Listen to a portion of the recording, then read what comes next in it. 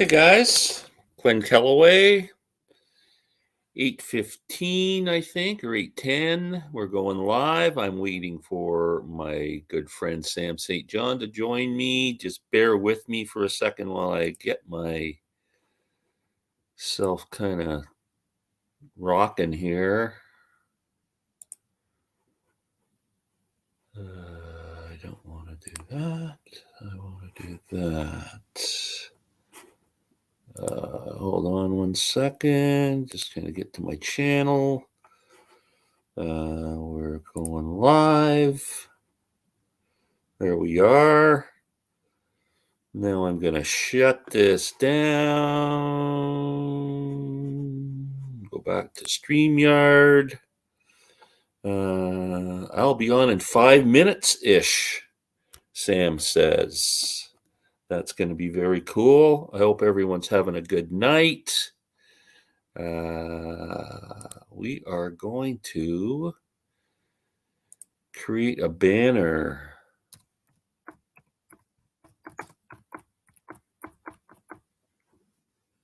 Scroll across the bottom of the screen. We're going to show that.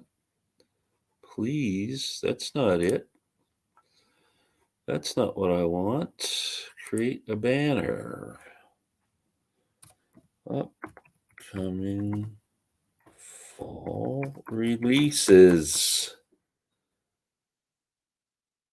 Let's scroll that across the bottom of the screen.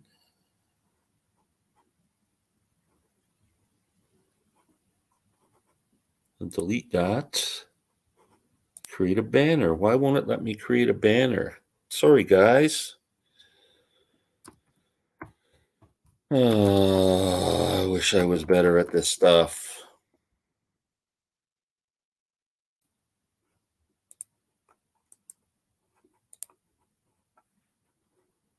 Comments 1. Eddie, how are you? It's going well. I'm trying to create a banner at the bottom of my screen. As soon as I figure out how to do that, why I'm not doing it, I don't know. Hope you'll hang in there with me for a second. We'll get things rolling. Bugs me that I can't do this because I've been doing it all along. Show. Upcoming releases. I got it. There we go. Now we're going to go back to comments. Eddie, I hope everything's going okay. I'm waiting for Mr. St. John to join me. Tonight, I want to talk about a little bit about all the upcoming releases. As far as I'm concerned, they're getting overwhelming. There's 9 people watching, 11 people watching. Hope everyone's having a good evening. I don't usually do this in the evenings. I'm usually spending dinner time and after dinner with my lovely wife. Tonight, she's kind of tired and just said she wanted to lay on the couch and watch some comedies. And I said, well, I'm going to go downstairs and hang out in the basement. So here I am, Day Tripper. Hey, how's it going? This is a once in a lifetime thing, a nighttime live chat with me. I'm not usually around after dinner, but tonight I'm here maybe till 4 or 5 in the morning. We'll just keep her rocking. Hope everyone's doing well. I'm waiting for Sam to show up. Like I said, rolling across the banner there, upcoming releases. I have a list of 1, 2, 3, 4, 5, 6, 7, at least 8 that I'm going to have to get a full-time job to pay for. So I want to wait for Sam before we start talking about that. I got a couple other things I want to bitch about. I bought a CD today that I've wanted, and I know Sam's a big fan of this artist, his favorite artist, but the CD absolutely, musically, it's fantastic, but the sound quality of the CD is absolutely horrid. So hang on, we'll talk about that. I got a Blasters album today, the Blasters, which I'm pretty excited about. And I was just listening to, hold on a second.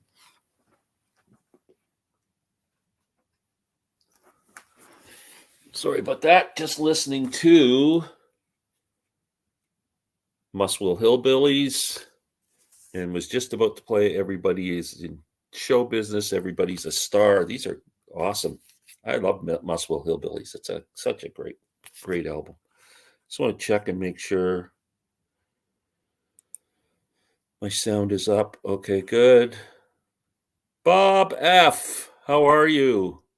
Very cool. Nice to see you. Finally got on. Hey, it works. That's cool.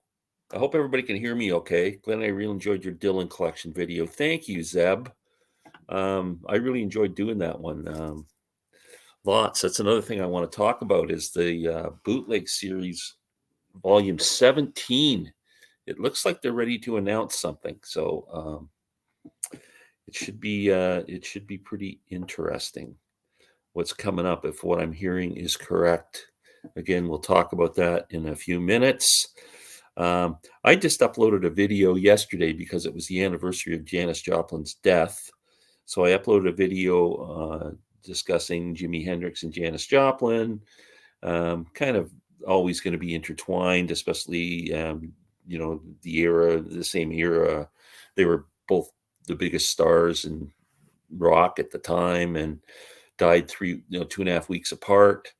So I put this video up and I was all proud of it. And I've got like 120 views or 140 views. I thought people would be flocking to that thing. I don't know. Maybe nobody cares about Bob Dylan and Janis Joplin anymore. But hey, I'm a big fan of both. So, and was fortunate enough to have seen both Jimmy and Janis. I saw Jimmy in 1969 at Maple Leaf Gardens. Sam says he's 2 minutes away. He was with his mom and his sister, and they're probably, he can't get them out of the house. I'm definitely envious of your Dylan bootleg series collection. He's my favorite artist. He's my favorite artist too, tied with the Beatles. But Dylan, I think, is the most important artist of all time. I think he did more to change music. The Beatles probably did more to inspire. Dylan did more to impact, I think, music rather than, I think the Beatles were, well, they're both kind of trailblazers in a way. So I can't really differentiate between the two. But yeah, Dylan's great. I wish I had more of the deluxe edition bootleg series rather than the small 2 and 3 CD versions, because but they're expensive. I'd love to get my hands on. Does happy hour mean a nap? It does for me. When you're 69 years old, happy hour means a nap. Yeah, I remember when it used to mean happy hour.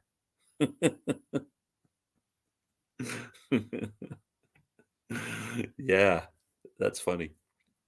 Yeah, so I want to get my hands on the cutting edge deluxe set. I only have the 2 CD version, or it was 2 or 3, but I gotta get my hands on that. But it's like $145 up here. I keep thinking somebody's going to part with theirs, and I'll find it used, but I never see that one used. So that tells me that it's probably a favorite of the people who have bought it, and they're not parting with it. So kind of tells you it's worth having if you don't see it in the used bins. I see the bootleg one come up every once in a while, and I see the basement tape one come up every while. That's probably my least favorite of them, is the basement tape one. The real raw basement tapes, after you've been used to years of the Robbie Robertson kind of, he flowered that one up, and when they put it out in the 70s, it's not really indicative of actually what was going on, but it's pretty good, and you get used to hearing it that way. I'm sending a link. Copy to clipboard. Copy to clipboard. Copied. I'm pasting. I'm sending. There we go. Play by play. How to send a link. I expect to see Sam St. John with his hair combed very quickly here. Going to see him any second. Come on, Sam. Let's go. Get your hairbrush out and your mirror. Put your makeup on. When you see Sam in person, he's really not as good looking as he is on camera. It's kind of shocking. He puts a lot of makeup on. There he is. Nice. Can I hear you? Can you hear me? There we go. Awesome. I didn't say anything. No, you didn't. That's why it's freaking me out. No, I heard you talk about the Dylan, the big set, so I pulled all mine out just to make people awesome. Cool. See, I don't have that one as the deluxe. It's great because you have 2 live albums, and then I know, like sound checks on the 3rd disc. Oh, and then 4th disc is like rare and unreleased stuff. And that band was so friggin' good. Oh yeah, between Mick Taylor and Knopfler. Oh, yeah. And then there's one you were just talking about. That's my least favorite. I'd probably get behind you in terms of the big sets. It's a lot. It's a lot, and it's a bit almost too raw. It's like I said, like what you're used to the Basement Tape album that they released in the 70s that Robbie Robertson kind of took and he manipulated quite a bit to make it more palatable, I think. Yeah, which I don't own. I don't own that. Yeah, it's so different from that. This one's so raw, and I just gone, I'm a little uncomfortable with it. Hey, Glenn, are you going to buy the Beatles box set when it comes out? Here's what I decided to do. I have the vinyl box set on pre-order, and I have the CD deluxe box set on pre-order. I've decided to cancel the vinyl box set. I'm going to go with the CD box set, and I'm going to buy the individual album of the remix, the vinyl album. So I'll have the remixed Revolver album on vinyl, and I'll have all the outtakes and everything else on CD, because I'd rather listen to them on CD anyway, to tell you the truth. Like, I don't want to, if there's stuff there that I don't want to hear over and over again, on CD, it's easy to skip through the tracks. So what are you going to do? There's that. Oh, Sam doesn't want to answer me. Oh, they're about end reviews. No, I've got the I'm getting the CD set, and that's it. Yeah. I want the vinyl though, so I'm just going to get the single vinyl. I'll get the vinyl. Like, I would just get like the individual album. Like, yeah, me too. Probably later when it's I'm cheaper. not going to get it. I'm not getting the vinyl box set. There's no way. It's too much money. I'll just keep going here. That's a great one. There's the Springtime. I've only listened to this once, too. It's good. I love that era. And what was the one you showed previously to that? This is another self-portrait. Oh yeah, that's a great one. This is my favorite, I think. Oh. And this is one I had the 2-disc version before I even knew that this thing existed. And then I saw somebody's video talk about it, and I was like, it would be great to hear that Isle of Wight concert, because disc 1 and 2 are what you get on the sampler version. Yeah. Disc 4 is just the remaster of the album, which, you can do what you want to with it. And then disc 3 is the Isle of Wight. So it was cheap. I mean, it was like $60. Yeah. And then here's the last one, then I'll stop. More Blood, More Tracks. Oh, that's awesome too. It was my favorite Dylan album. So yeah, that's great. There's such a wealth of stuff on there too. Yeah. So it's almost time for him to. You don't have Cutting Edge, eh? I don't have Cutting Edge, but I guess that's the only other big one, isn't it? Yeah, I really want that one. And I was saying before you came on that's the only one I never see ever come up used. Yeah. Does that tell me that it's the best one? No one parts with it? No, it's not. I've heard some Dylan channels that I watched. They were saying like it's one of those, because it's like it's every single note. Like there's a whole disc of just like a Rolling Stone. Yeah. So it's monotonous. So that's why it's more of a historic retrospective, and you listen to it once and then you don't play it again. Yeah, that's the main thing. Yeah, that's what my buddy Tommy says too, because he has all the Dylan stuff and he's got bootlegs and everything. Yeah, if I can ever find it used, I'm going to pick it up because I want it. But yeah, I like the 2-disc. Here we go, Zeb. It seems like if they were ever to reissue the mono box, they would release a Rubber Soul Deluxe with mono. Whatever else they feel they can cash in on first. I don't think they're ever going to reissue the mono box. I think they've kind of come up with their cash grab here that they can put a mono album in with the vinyl deluxe as they release the albums in the deluxe sets, and people will be freaking out getting the deluxe set of the Revolve or whatever album, Rubber Soul or whatever, just so they can get a mono. But yeah, I'm not gonna get. I don't think I'll ever be somebody that will go unless I have just like complete disposable income. I don't think I'll ever buy big vinyl box sets just because there's just so much, and I just hate getting up to flip 6 discs of yeah, I know. Especially, vinyl. well, like I said, you can only listen to outtakes and alternate takes so long, right? They're kind Mhm. of like just interesting for a while, and then you never play them again. You just Yeah. put them on the shelf. You just play the album. I mean, it's cool to So, hear Bob Dylan talk in the studio or John yeah, Lennon say something, but yeah. Off topic, but I don't like Captain Beefheart. You're veering off topic for sure. I switched Spotify off. Captain Beefheart is probably the poster child for an acquired taste. yeah. I don't think there's anybody harder. If you listen to Trout Mask Replica, man, oh man, that like the first time you hear that you go, oh, that is the most god awful thing And I've only heard like the first 3 songs. I ever heard. Yeah. But I kind of like it now. If you start with what's the one, the milk one, when it's got milk in the title, that's Safe as milk. it's pretty. It's kind of like listening to the first Tom Waits album. It's not as bad as they're not as hard to get into as the other ones, and so it's not bad. But safe as milk. Safe as That's milk. it. Yeah. Yeah, that's a good starting point. Thanks, Zeb. Yeah, I had a seniors moment there for a minute. So, Sam, I wanted to talk about new releases. I wrote them all down. Okay. So, first of all, we're not sure yet. If anybody watches Rachel's Ghost channels,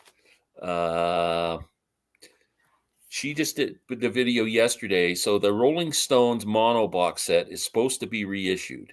You can, for a time, you could pre-order it on Amazon.uk or .co.uk, and I think on the Spanish Amazon site or something.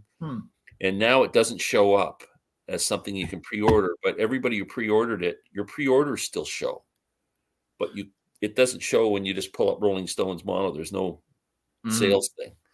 So Rachel got a hold of customer service yesterday at Amazon UK, and the customer service rep assured her that it was going to be released on August 21st. Wow. Whether that's just a guy who's making a big assumption because he works for Amazon, they say it's going to be released, so it's going to be released, or he actually knows for sure that it's going to be released. No, he doesn't know. But anyway, that's $350 Canadian to get it here. That's landed.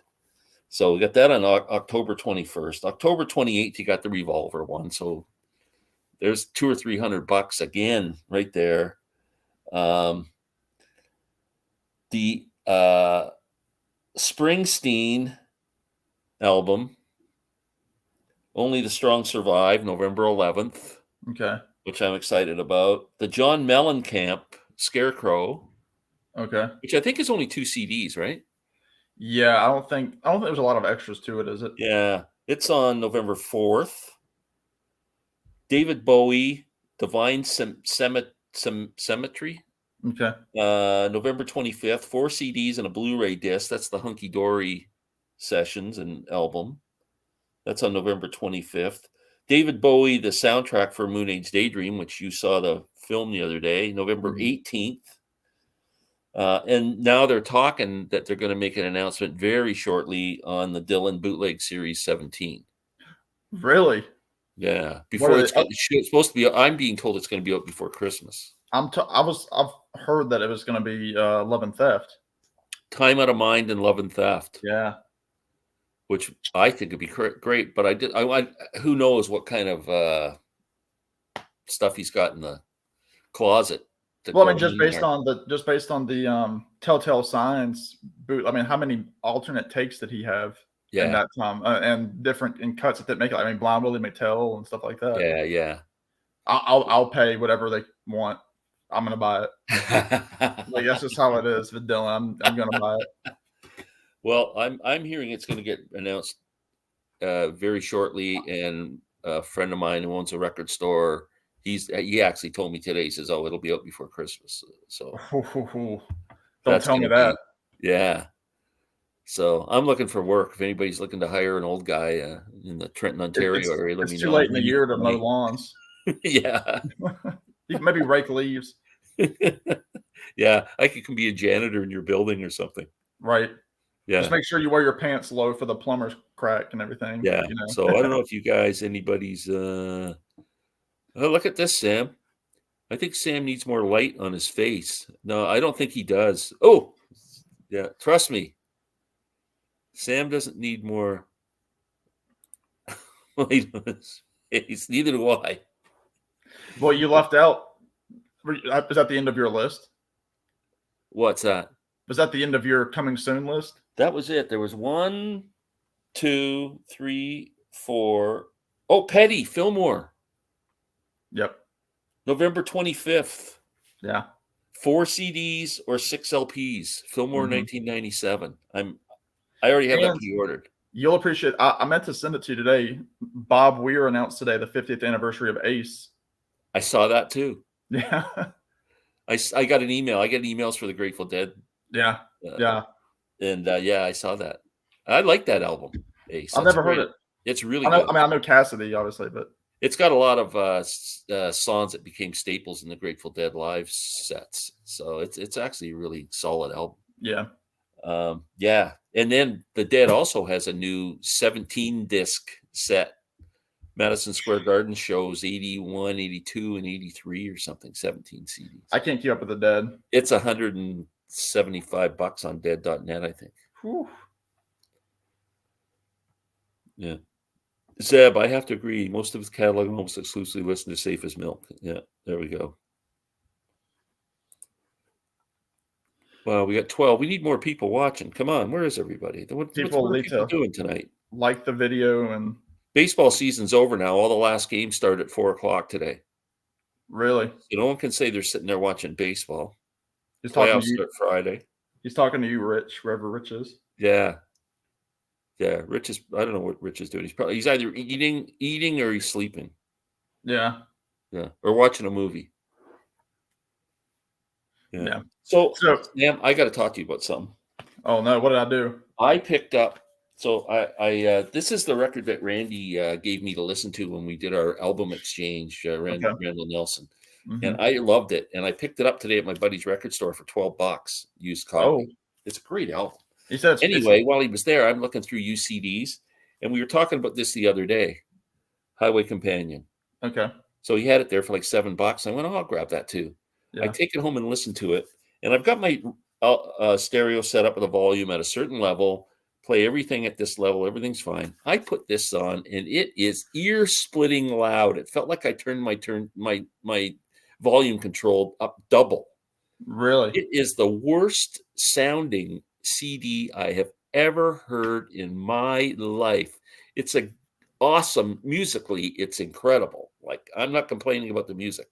I love this album, but so I go on the Steve Hoffman forums and I put in Highway Companion. So I want to see if anybody's talked to it. First thing that comes up, the first comment was, this is ear-splitting headache, the worst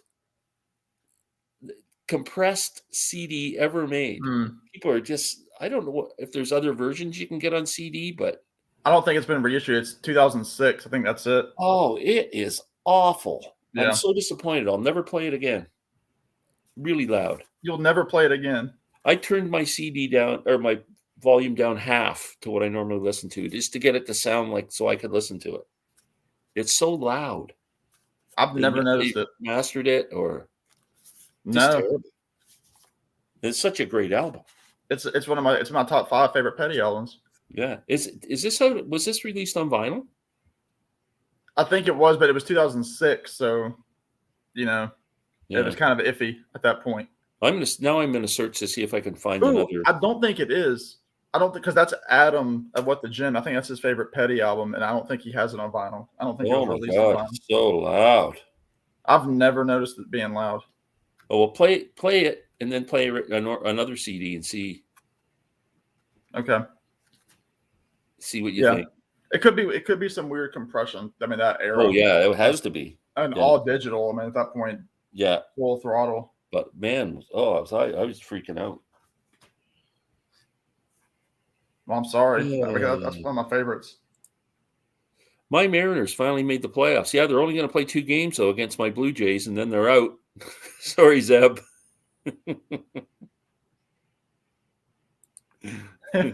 I hope. All the games are in Toronto, so now I want to hear Highway Companion. Yeah, just play something at whatever normal. Don't do it at night. I know you're sensitive to neighbors. I'll put it in the car. That might be the next one I take. I don't even know if you'd notice it in the car. Maybe. Yeah. Because I mean, a lot of times, like, because I get up, I start work at 8, and I'll play light music in the morning, obviously, because I don't know like neighbors, because I'm on the top floor, and well, put on like Zeppelin 1 or put on the debut Zeppelin album at whatever normal volume, listen to it, then take it off and then put in that. Okay. And I bet your ears will go, whoa. Okay. I have that Petty on vinyl, somebody said. Awesome. I got to look for it. Yeah, I'm a big that album. It's the perfect mix of Wildflowers and Full Moon Fever. Fantastic. Like the song Flirting with Time. I mean, that could have been a hit. Yeah. Saving Grace. Yeah. I could hear how Saving Grace could be loud. Yeah. Square One. Oh, beautiful. Down South. One of my favorite Petty songs. Down South could have been on Southern Accents. Yeah. Yeah. It is a great album. Turn This Train Around is good. Yeah. Jack's probably the weakest track on the album, and it's good. Yeah. Yeah, just his vocals and that are kind of weird. Like you say, there's no bad Petty songs. No. That's why I can't wait for that Forum concert to hear all those covers. Yeah. Mike Campbell just did an interview recently where he remembers going backstage and them like just shouting out what they wanted to play that night, and the audience was shouting out requests of like old blues and rock songs, and they would just play them. Wow, that's what do you know what any of the track listing of the Forum? I don't know it offhand, but I can pull it up. Let's see. Do you have the other live Petty one, the live anthology set? Yeah, I've got live anthology, and I have, I mean, obviously Pack Up the Plantation, and American Treasure. Fillmore, not the Forum. I was looking up the Forum. Yeah, it's Fillmore. Yeah. 97. Yeah, so right now, for those that are interested, the 4-disc Fillmore on CD on Amazon is $48. Well, that's pretty good. That's for 4 CDs. 4 CDs and a nice book. Which, to be honest, I want to see. Go Jays. I should have worn my Jays hat tonight. All right. So for Tom Petty Live at the Fillmore, we have disc 1 for those that are interested. We have a pre-show spoken thing, and then we have the song Around and Around. Oh, nice. Jammin' Me, which Petty didn't do live very much, from Let Me Up, I've Had Enough. Running Down a Dream. Then there's some spoken salutations. Then they do Lucille, the Everly Brothers track, the Little Richard. Call Me the Breeze, Cabin Down Below from Wildflowers. And they have one track, it's a spoken word thing called The Internet, whatever that is. They do Time Is on My Side, the Rolling Stones. Oh, that'd be good. Motown song. Listen to Her Heart, which is what the single that they released. Waiting in School. And they talk about Mike Campbell. Slaughter on 10th Avenue. Homecoming Queen. The date I had with that ugly old homecoming queen. It's a novelty song. I Won't Back Down. You Are My Sunshine. Ain't No Sunshine. And then It's Good to Be King. You don't like It's Good to Be King, eh? You're not that's not one of your favorites. No, it makes sense when they do that live with him and Mike Campbell switching the leads off and stuff. I think it's really cool. Yeah. I'm not gonna go through everything. I'm just gonna go through some of the other more interesting covers. I think Dave, the pickup artist, is going to pick up the Uber set because you get a guitar pick with that. Right? You get the Tom Petty guitar picks. Oh, the $600 thing? Yeah. Oh, yeah. Diddy Wah Diddy, which they've released before. Yeah, that was on the anthology, I think. I Want You Back Again, which is fantastic. That's on the anthology. The Zombie song. Mm-hmm. Little Maggie, the old traditional song. Love that song. One of my favorite bluegrass songs. I love they do. It's been released too, but Friend of the Devil. Yeah, they do a good job of that. You Really Got Me, the Kinks, and then they do an instrumental. I've never heard them do that. That's pretty cool. I haven't either. I've heard them. The last one on disc 2 was Goldfinger. The band plays Goldfinger. No way. And then Roger McGuinn comes out on disc 3, and then he does It Won't Be Wrong, the Bird song. Then they do You Ain't Going Nowhere, and then nice. they do Drugstore Truck Driving Man, and then I guess his set finishes with 8 Miles High. Wow. Then they do Green Onions, which actually the Blue Stingrays, which is Mike Campbell's side project in the 90s with Ben Mott, a couple of guys from Mudcrutch, and Ron Blair. They do a Green Onions, which is really good. I've heard that. Really? That's awesome. I love Booker T. Then John Lee Hooker comes out, and they do Find My Baby. You want to get a good CD that you can just put on. The whole thing just is awesome. Is Booker T and the MG's Hits CD. Oh, really? Up for like $5, and they're just so good. Disc 3 finishes with I Got a Woman, the Ray Charles song. Then they do disc 4. They do Knock on Heaven's Door. And I'm just reading off the covers. Shaking All Over, which I've heard before on Tom Petty Radio. They do Satisfaction. Wow. They do Louie. A lot of cool covers. They do Louie Louie by the Kingsmen. And then they do Gloria by Van Morrison. Nice. And then they close with that one. They close with All Right for Now. That's the last song, the Tom Petty song. So I'm beyond stoked for it. Yeah, me too. That's November 20th. That comes out on my wife's birthday. Well, that's going to be a lovely birthday present for my wife. I know how badly she wants it. Yeah. Yeah, I'm gonna do that as a joke. It's going to show up that day, and I'm going to wrap it up. Yeah. Back to what Dave was saying. I would love to get that Uber set, to get all the little toys that come with it and the case. But I know it's just so much money. Yeah, it's hard because you're really paying for the case and some of the novelties. But yeah, if you can do it, great. Oh, it's awesome if you get the money. Even the Harrison one, I would love to have that stuff, but I'm not a millionaire, so yeah, I still keep an eye out on that All Things Must Pass, but the price hasn't diminished yet. No, because it's still out there. Well, once you bought it, I don't know you'll ever want to sell it for less than you paid for it. You know what I mean? No, and it's not gonna. I don't think it's gonna gain value because it wasn't hard to believe it is, but as people make more money and get, it wasn't limited either. Is the thing, because there's like I said, you can go to 5 or 6 different sites. It's still there for $1,000. Really, eh? Mm-hmm. Yeah. Yeah, I think even like the Harrison site still has it. See, people buy these things because they're afraid they're going to sell out and they're going to be worth money. I think that's the fear of it. Well, that goes back to, when you were showing your Dylan collection, the Springtime in New York, the 2-disc set. Amazon was selling that for $14 or whatever it was. Yeah. So, Well, even the album, you turned me on to the album on Amazon. They had the sale there for $15 for the 2-record set. That's what I was talking about. Yeah. That's what you meant. Yeah. I haven't even opened mine yet. I left it sealed. Mine's sealed too, because I've got the CDs and, it's not one that I necessarily needed on vinyl, but it was more like I get it because, over time, who knows? Yeah. And it's cool because it's, again, $15. That's another thing. A lot of these sites now, especially this time of year, are doing like their overhaul sites. So like there was on I think Real Gone Music, they just had a warehouse sale, and I just got a 2-album Fountains of Wayne double album for $14. Oh, wow. Colored vinyl. Yeah. So I never thought I didn't need it, but I saw it and I was like, well, I know, but if you can pick stuff up like that cheap, you can't go wrong, and you'll enjoy it, right? It's like, even with shipping, it was $21. Yeah. For two records. Yeah. What I'm finding up here is the shipping's really expensive on an album. Like there was an album I wanted to buy the other day. It was $29.99. I go to click on the album. It was $21 to ship it. Yeah. I can't do that. You've just turned a $30 album into a $50 album. Yeah.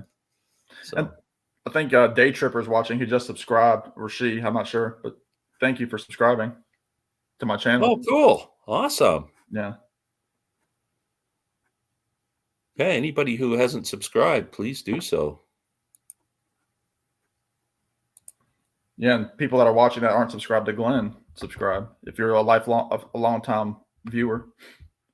I got to do something cool today. I won't go into full detail, but I got to do a video finally with Matthew Street, the guy that got me into YouTube, into making videos. And Matthew, again, we've talked about this before. He's the one that got Glenn and I together.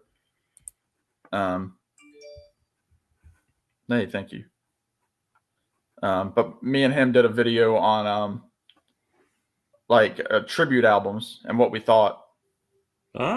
Did you pick your favorite ones or just general conversation about? It was more of a conversation. We grabbed a stack and we broke it up, and it'll probably be on his channel. He said in a couple of days. We broke it up to like a single artist doing a band, like an artist like Old Crow doing Bob Dylan. Yeah, like Lucinda Williams has just done a bunch of them. She's done. Steve Earle does them. Yeah, Steve Earle's been. But then like other ones like the John Prine tribute albums, like the Broken Hearts and Dirty Windows tribute albums, where it's a lot of artists doing one artist. Yeah. So we kind of talked about them, like what we thought, if they were good, bad. It was a good conversation. Yeah. I've got some great ones. I do too. Some aren't good, but some are fantastic. Especially with multiple artists. I mean, you're going to get one person that tries to go completely overboard at completely redoing it, and it's just like some of it. So everybody look at Matthew Street's channel too. Oh, cool. Yeah, I really like Doug Somm from the Sir Douglas Quintet, and I've got a great one of all his stuff. Really good. Well, there's one coming out on New West Records for I forgot his name, but it's got a ton of people. It's got Willie Nelson on it. Steve Earle is on it.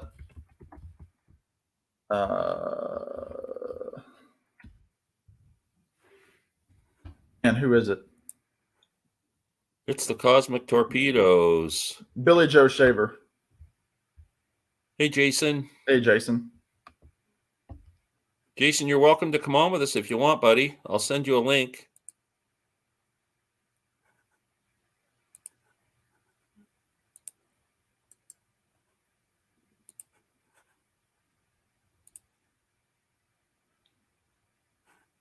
Yeah, I might even tonight. I've got to film my next installment of my 100 favorite albums. The video I posted today was my last filmed video that I had in the tank. So. I've missed your last two, so I got to catch up. I've been really busy. Some people are diehards and some are fair weather, Glenn. Yeah, so. I know. I had to go. I was out all day yesterday, and I got to tell you this funny story. I like funny stories. So we went to my nephew's wedding last Saturday, and it was out in an old barn. They call it the barn 1906 because that's when the barn was built, and it's basically it's a big old giant barn that they've turned into like a hall. Yeah, and really cool place. So we get there, and we're sitting with my wife's sister and her husband who are that was their son getting married, and we're sitting at the table with things, and my daughter Andrea couldn't make it because of the flood in Florida, so her spots were, the two chairs were empty there. But so the DJ, he's the DJ and he's MC. Mm-hmm. So he's up doing his stuff, and then into getting people, welcoming everybody and everything. And he sits down, and he asks us. He says, "Is there anybody sitting in this chair?" We went, "No." He says, "Oh, you don't mind if I sit with you?" We go, "No, I guess it's okay. Like, I don't care." So he's a real chatty guy, really good. Then they put the wine on the table. Well, he grabs a bottle of wine and he fills his glass up so full that he can't even lift it up. He's got to go slurp it out of the top of the glass. So that should have been our first, impression of this guy anyway. Yeah. But he's very chatty. He was cool. And then he eats with us. And I'm telling you, they had roast beef, and they brought it up like they'd bring a whole plate of roast beef and put it down the table, and everybody takes some. Mm-hmm. So the pieces of roast beef were pretty small. I grabbed 2 pieces, and then I thought, I'm trying to be sensitive to everybody else because I'm the first one who got it, and I thought I don't want to take too much, right? Right. So I got that, and I got a little scoop of mashed potatoes and 3 vegetables. I didn't have enough to fill up a 6-year-old kid's stomach. And Yeah, I know the anyway, feeling. the food just disappeared, and I thought it was all gone. Well, yeah, he was hoarding it, so he's eating all the food too, drinking all the booze, and we don't say anything, and we don't know. We figured maybe he was told to sit at our table. What do we know? Mhm. So then afterwards, there's this loft up top where he was supposed to set up his DJ equipment and do the DJing. So, and he was looking down on everybody who was dancing and all this stuff, right? So the whole night goes on. He's playing music and rocking. I don't see him at all, but I see people walking up the stairs all the time, and I figure, oh, they're just asking him, to play a certain song or whatever like that, eh? So I guess people were taking a beer. He's probably getting his own beer when he's having a break or something. Anyway, at the end of the night, I didn't hear about this until yesterday. At the end of the night, after everybody's gone, it's just him and the owner of the facility. And this place is out in the middle of freaking nowhere. Like if you drove there and you were drinking, you got no way of getting home. Right. So now this guy's freaking hammered. They Okay. found 17 empty beer cans up there and an empty bottle of wine. And that's not counting what he was drinking at the table. Not counting what he's drinking at the table. So he leaves just before the owner of the place leaves. She said he tore out of the driveway, and the driveway is long. It's like a mile freaking long. It's like driving into somebody's old farm or something. And she said he just tore out of the driveway, going up the highway, and she followed him. She said he was doing 140 kilometers an hour, went through a stop sign. He's drunk as a skunk, and she phones the cops. Yeah.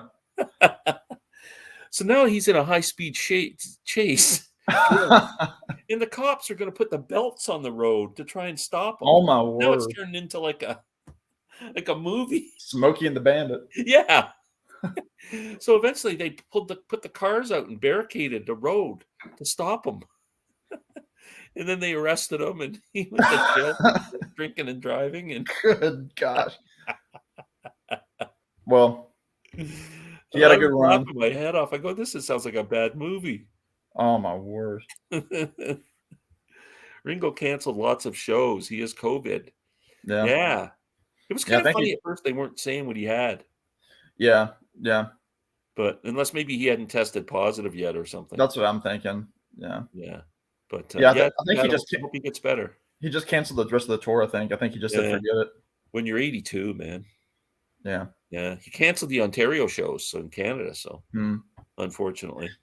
I think this weekend is when the John Mellencamp tickets go on sale for you. Oh, really? Okay. Yeah. I was looking at it. Isn't at Massey Hall in Toronto. Yeah. I didn't look at the prices though. We'll see. For him, I'm gonna say comparable to Dylan probably. If I could buy a ticket for $60 or something, I might think about it. You could probably get a balcony for $60. But it's so far in advance. It's like next June. I don't know what the hell I'm doing next June. Probably this right here. Yeah. So I'm gonna wait and see. It's just 2 days before my birthday, I think. Well, yeah, between Petty for your wife's birthday and Mellencamp for yours, y'all are in good shape. Jack, see, there's my nephew Jack. He was at the wedding too. He's sitting at our table. He says, "Are you telling Sam about that DJ?" Yeah. Oh, congrats on getting married. Did you hear the rest of the story about the guy DJ getting arrested and everything?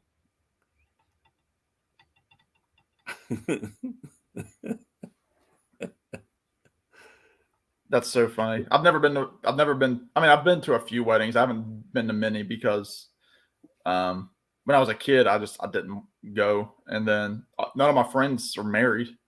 So there's only just a couple of cousins and some people here and there. So I've been to a couple that got out of hand, but nothing like that. Well, I know I've been to at least 2. Mine. Yeah, right. There, he said, yeah, he heard it. Jack went to see The Who on Sunday night, his first major concert. I saw because I follow Jack on Instagram, and he had some pictures up talking about how good Zach Starkey was, and pretty cool. Zach Starkey, talk about the perfect replacement. That kid, well, I call him a kid. He's 50 plus. I know, because he played with Oasis, and those guys are in their 50s. Boy. Yeah. But Yeah, I he, think. he, he plays like a young guy. Yeah, he's probably better. Yeah, I don't know. I mean, Kenny Jones was. Who else has done it with the Who? Just Kenny Jones. It was Kenny Jones, and then they kind of went on and off, and I think they had a couple of session guys because Zach was with Oasis in like the late '90s, early 2000s, and then I think he jumped right into the Who because Keith Moon was his godfather. Yeah, that's cool. Because Keith taught him the drums, Ringo didn't. Because obviously you don't want to do what your dad does. Wow, imagine having Keith Moon as a godfather. The ropes, man. Yeah, setting you straight. Yeah, if you ever want to read a good rock biography, Kenny Jones's book is fantastic. He's lived a few careers. He's lived a good life and been in a lot of bands, and he can talk about the Who and the Faces and the Small Faces, and they were supposed to have recorded a few songs, the three of them. Yeah. So I don't know. Have you seen? Sorry, go ahead. No, go ahead. I was going to say the big talk for the book right now is Jan Wenner from Rolling Stone, the co-creator of Rolling Stone. Oh, Jan Wenner's book, yeah. I don't know if I want to read it or not. They say I don't like that guy, but he's sure been around. Like he's got a lot of stories. Like a lot of people have given it props. I know Jackson Browne has given it props. I think some of the guys in Crosby, Stills, and Nash have given it props. Yeah. Well, you don't want to piss off Jan. He's gonna kick you out of the Hall of Fame. Yeah. Yeah. I'll tell you what I want is that Birds. I can't remember if I talked to you or Rich about it. But I know. Can't even you get a cheaper copy? Is it really $400? No, that's the ultra version. You got to get the one that's like 120. Oh, okay. That's still a lot of money for a book, isn't it? It's kind of like the Geddy Lee book. It's about that price probably for the low end one, if you want to call it. I have the Geddy Lee book. Yeah, the Geddy Lee book's incredible. Yeah, it's got lots of good stories in it too. Yeah. Oh yeah, Jack's also going to Massey Hall on Saturday for Nick Mason's Saucer Full of Secrets. That was one of your favorite live albums of late. Great live album, and one of the best shows I've seen in a long time too. Oh, you saw him too? I saw him, yeah, 2 years ago. I got just before COVID.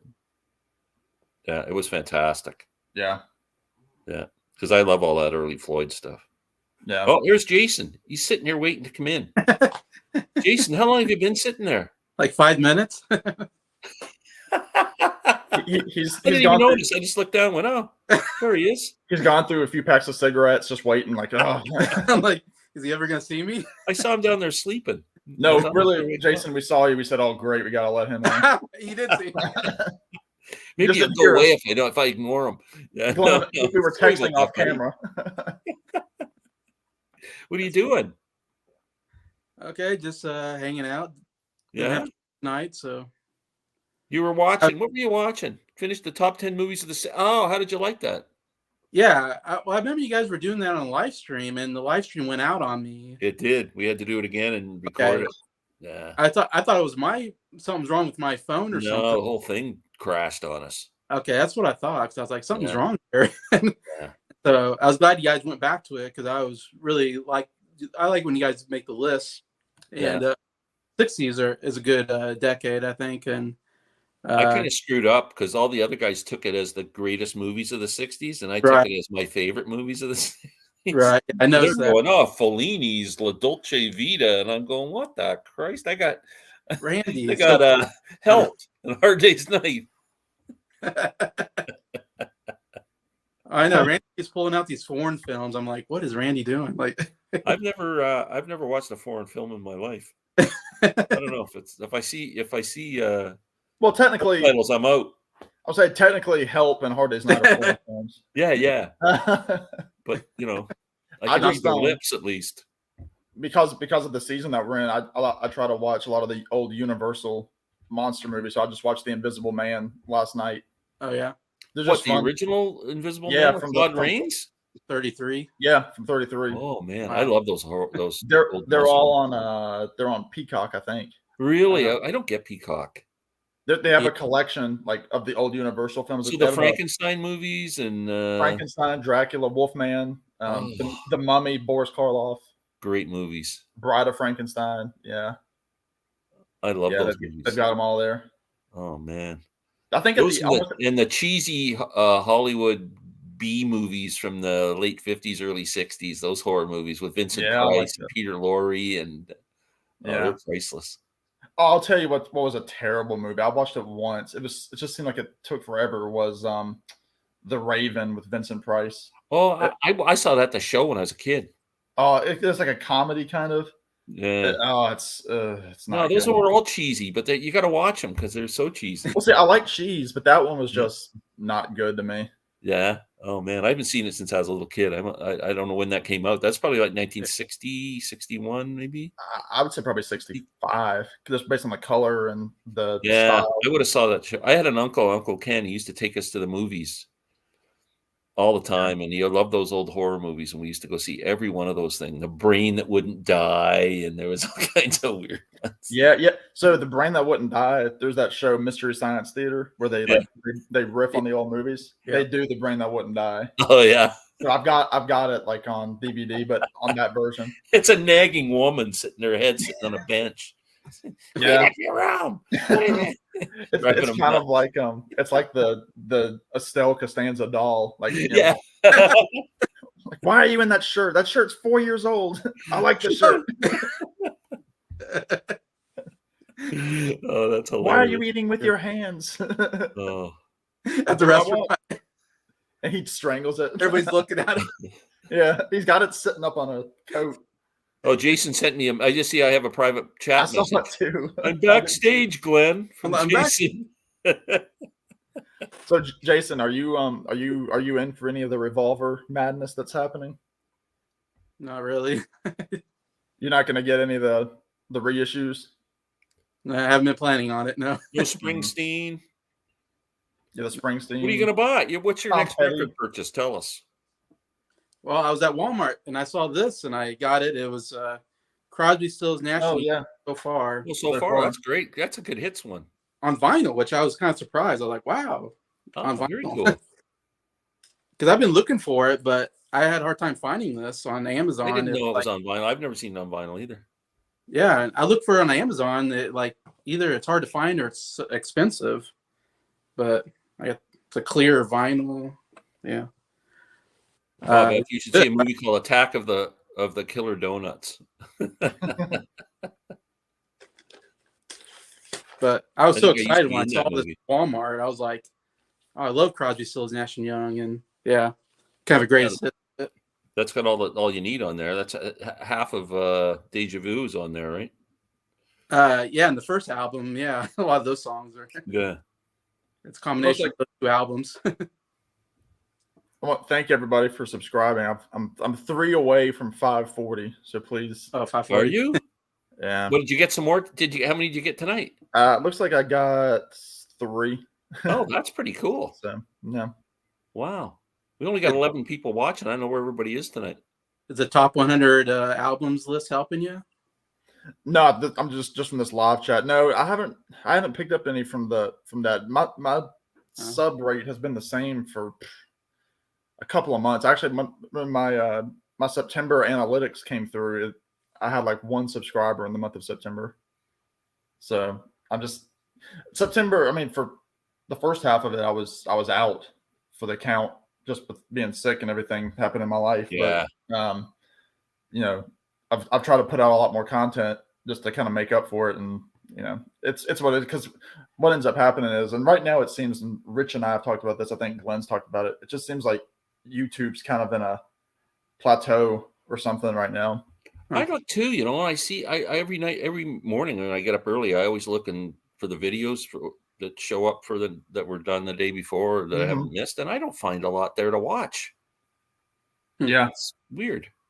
Yeah, I'm not subscribed to as many channels as a lot of people because, again, no offense to everybody out there that makes videos, but I mean, I've done a video on this. Like, I don't have time to do it all, and the videos that I want to watch are the ones that I'm sticking around for. Like, they're the ones I'm subscribed for. So like you two guys, I'm subscribed to y'all. I'm subscribed to Rich, Randy. But do you push the notifications for people? Nah, I don't do that. Yeah, my phone buzzes all day anyway. Yeah, that's what I stopped. I used to have a notification on for like 100 channels, and it was driving me nuts. No, you can't do that. No. Every time somebody goes live, you get something. Yeah. Yeah, there's definitely there's so many people I have subscribed to, but there's kind of a group within the group that I feel close to, that we collaborate and stuff. Yeah, that I definitely pay more attention to. Yeah. It's there's I don't want to say clicky because I don't want it to be a negative connotation, but there's certain people that gravitate to each other and just kind of. Well, sure. It's just like school, group, right? But we're doing it. Yeah, yeah. It's like everything else. Yeah. I mean, there's the guys that do their Friday stream, like with Rich and Glenn and Brian and Randy and myself. We're kind of there, and then you have like the Jeff Witcher and Chris and Aaron. Yeah. Those, it's fine. I mean, that's what's so great about it. Yeah. But there's only so much that you can watch, because between all 5 of those people, that's 5 different channels. It would be funny. We should get 5 of us and challenge the Jeff Witcher group to a trivia contest or something. And have everybody on at once, the 2 teams, so you can answer. We'll just do a Trivial Pursuit thing. Yeah. Oh, I love that. I think you can do games like that over Zoom, because they were invented during the pandemic. You can do stuff like play trivia, play checkers, whatever, different games that are pre-downloaded onto Zoom. But I have a Beatles Trivia Pursuit game, but I never play it because I don't know people around me that are Beatle fans. Oh yeah, for the board game. Beatle fans are people on YouTube that I talk to. Yeah, it's harder to play a board game. I play Beatles trivia with somebody, but I just plugged in. So I got this laptop recently, and I had it plugged in all the time. And all of a sudden, I got a message on my screen saying your battery's been charged for too long. So I unplugged it. So I have it unplugged, thinking, okay, I'll just run off the battery for a couple of days. So I just decided I'm going to plug it in and see what happens. My whole screen just went, you guys are all bright now. Everything, it changed everything. It was so dull. You got brighter too, honestly. Did I? Yeah. Isn't that weird? Yeah. Yeah, that's what happened. Oh, look there's Rich. Hey, Rich, come on over. Rich, are you coming on? I met you two through Rich. Most everybody I've met was through Rich, to be honest. That's cool. You two, Adam, Rich, I just put the link up. Yeah. That was the thing. Again, I was saying earlier with Matt Street, he's the one who introduced me to Glenn, because we both loved the Dirty Knobs album. And then through Glenn, we started doing our series. And then Rich reached out. He wanted to do a Tom Petty video with me. And the things like that happened. Randy came to the picture. Randy was the first person I met in person. He came here last fall, probably about a year ago, and we went out for seafood and just hung out. Didn't do a video because short time, but I mean, Rich can't. Eating dinner. It's almost breakfast. What time is it? It's almost breakfast. You can eat dinner and talk at the same time. Rich is like a hobbit. He has And how long do you eat dinner for? Dinner takes 5 minutes and then you're free. Well, he's got the butler with the white gloves who comes out. Yeah, well, I was gonna say the 7th course, Mr. Strickler. I didn't know Rich was Italian. He's got like an 8-course dinner here. Yeah, or he just waits for 10 o'clock to have his food. Hey, Bob wants to know what you're eating, Rich. What's for dinner? I'm sure it's good. Oh, I'm sure it is too. He's a master chef, this guy. Yeah. I just finished 2 videos with Brian and Doc. Yeah, they're B guys. We're the A guys. Brian with his 3,000 subscribers. They're lightweights. Yeah. Doing their top 10 movies of 94 or 5, probably. Yeah. Yeah. I bet you there's no foreign films in that one. Probably not. So Glenn, out of you, because to jump back to your very, very original topic, how many of those albums on your list have you already pre-ordered, or do you know you're going to order? Here's the menu: meatloaf, buttered noodles, and a fine Chianti. Fine Chianti. Yeah. Isn't that like that guy, that serial killer was into Chianti? Yeah. I don't know if I want to be Rich's friend anymore. Fine Chianti. Liver beans or how many of these am I going to buy? Yeah. Well, I have a pre-order in on the Rolling Stones mono box. Okay. $346 delivered to my door from Britain. Whew. I have Revolver CD set, which is $165, and the album another 49 or something like that, or 45 or whatever the heck it is. Okay. So there's another 200 basically. So there's 550, 560 right there for 2 sets. I've got a pre-order on the Petty, $75 Canadian. Yeah. You keeping track of this? That's I got pre-order on the David Bowie Moon Age Daydream soundtrack, which is like not that much, like $25 or something. Yeah, it's just one disc, right? I pre-ordered the Bowie Divine Symmetry today, which comes out November 25th, and it was you did go in? $185, I think. It's 5. Springsteen, Only Strong Survive, $25. Okay. The CD was $25? Yeah, the 2. Yeah, I think I think it was. Yeah, somewhere around there. It was like 14. $14. Zappa is coming out October, something, the 2 CD live thing that's $30. Okay. And then if that Dylan bootleg series comes up, and that's $150, I'm like, I got to be $700 in or something. That's like 8 different releases. So I've managed to save out of my allowance. I give myself my wife and I give each other spending money every month. This mad money we can do whatever we want with, where the other person's saying, "What the hell are you pissing money away like that for?" So I've managed to save $500 so far towards all this stuff. Okay. Yeah, that's saving and selling stuff and putting the money back in the banks. I sold my guitar and we got Christmas coming up too. And Christmas is coming up, and yeah, my wife's birthday on the 25th of November. Yeah. Yeah, we just went to a family wedding on the weekend, which was hard. Basil's. Bravo. Oh, Briar's CDs. Good evening. We are doing really good.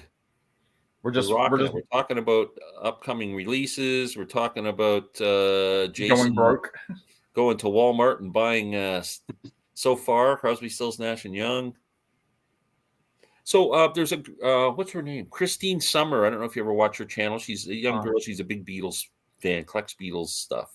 Okay. And did a video. She went to Walmart, and Walmart's brought all these new Yellow Submarine toys. And she was on the shelf of them. I love that kind of stuff. Yeah. I'm hoping Walmart Canada's got some of it too. That's what Beatle Brad goes crazy for. Yeah. On his channel. Who hopefully within the next month or so, I'll be able to go hang out with him. Because my friend Tommy ordered a bunch of apple butter that my church is making. He just ordered 12 pints. No way. Yeah, so he sent me. He put the check in the mail today. Oh my God! Oh, you got to pay for that stuff. That one you gave me for free. That usually goes on sale. That was already paid for. Yeah, it was just. Oh, how much does it cost for a bottle? We'll this year it's $6 for a pint and $9 for a quart. So what did I get? A quart? Yes, I guess I did give you a quart. Yeah. Wow, I didn't know that. Yeah. I'm on. Oh yeah, it's a fundraiser. It's a fundraiser, so the money goes. Oh, very cool. I mean, based on how much we pay for getting the apples and the sugar and the spices. It's so good. Do you ship it? Oh, Rich is here. No. Really? Rich.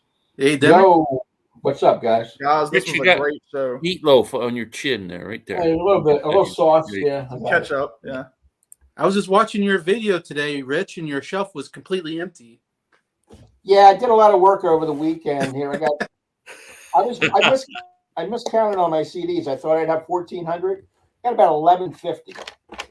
Wow. So, 1,100. That's good. That's a good pile. Basil's. We gotta acknowledge this comment. Thank you so much. You guys are so cool. You guys have killer content. One of the best VC channels. I think he's talking about you, Rich. No, I think he's talking about Glenn Calloway in the basement. Yeah. How come nobody's watching? St. John and Jason, everybody. Yeah. Accolades. Have any of you guys been to the Beatles Love Show in Vegas? I have not, but I would love to see it. I would love to see it. Yeah. It's That funny would they be don't my- tour yeah. it.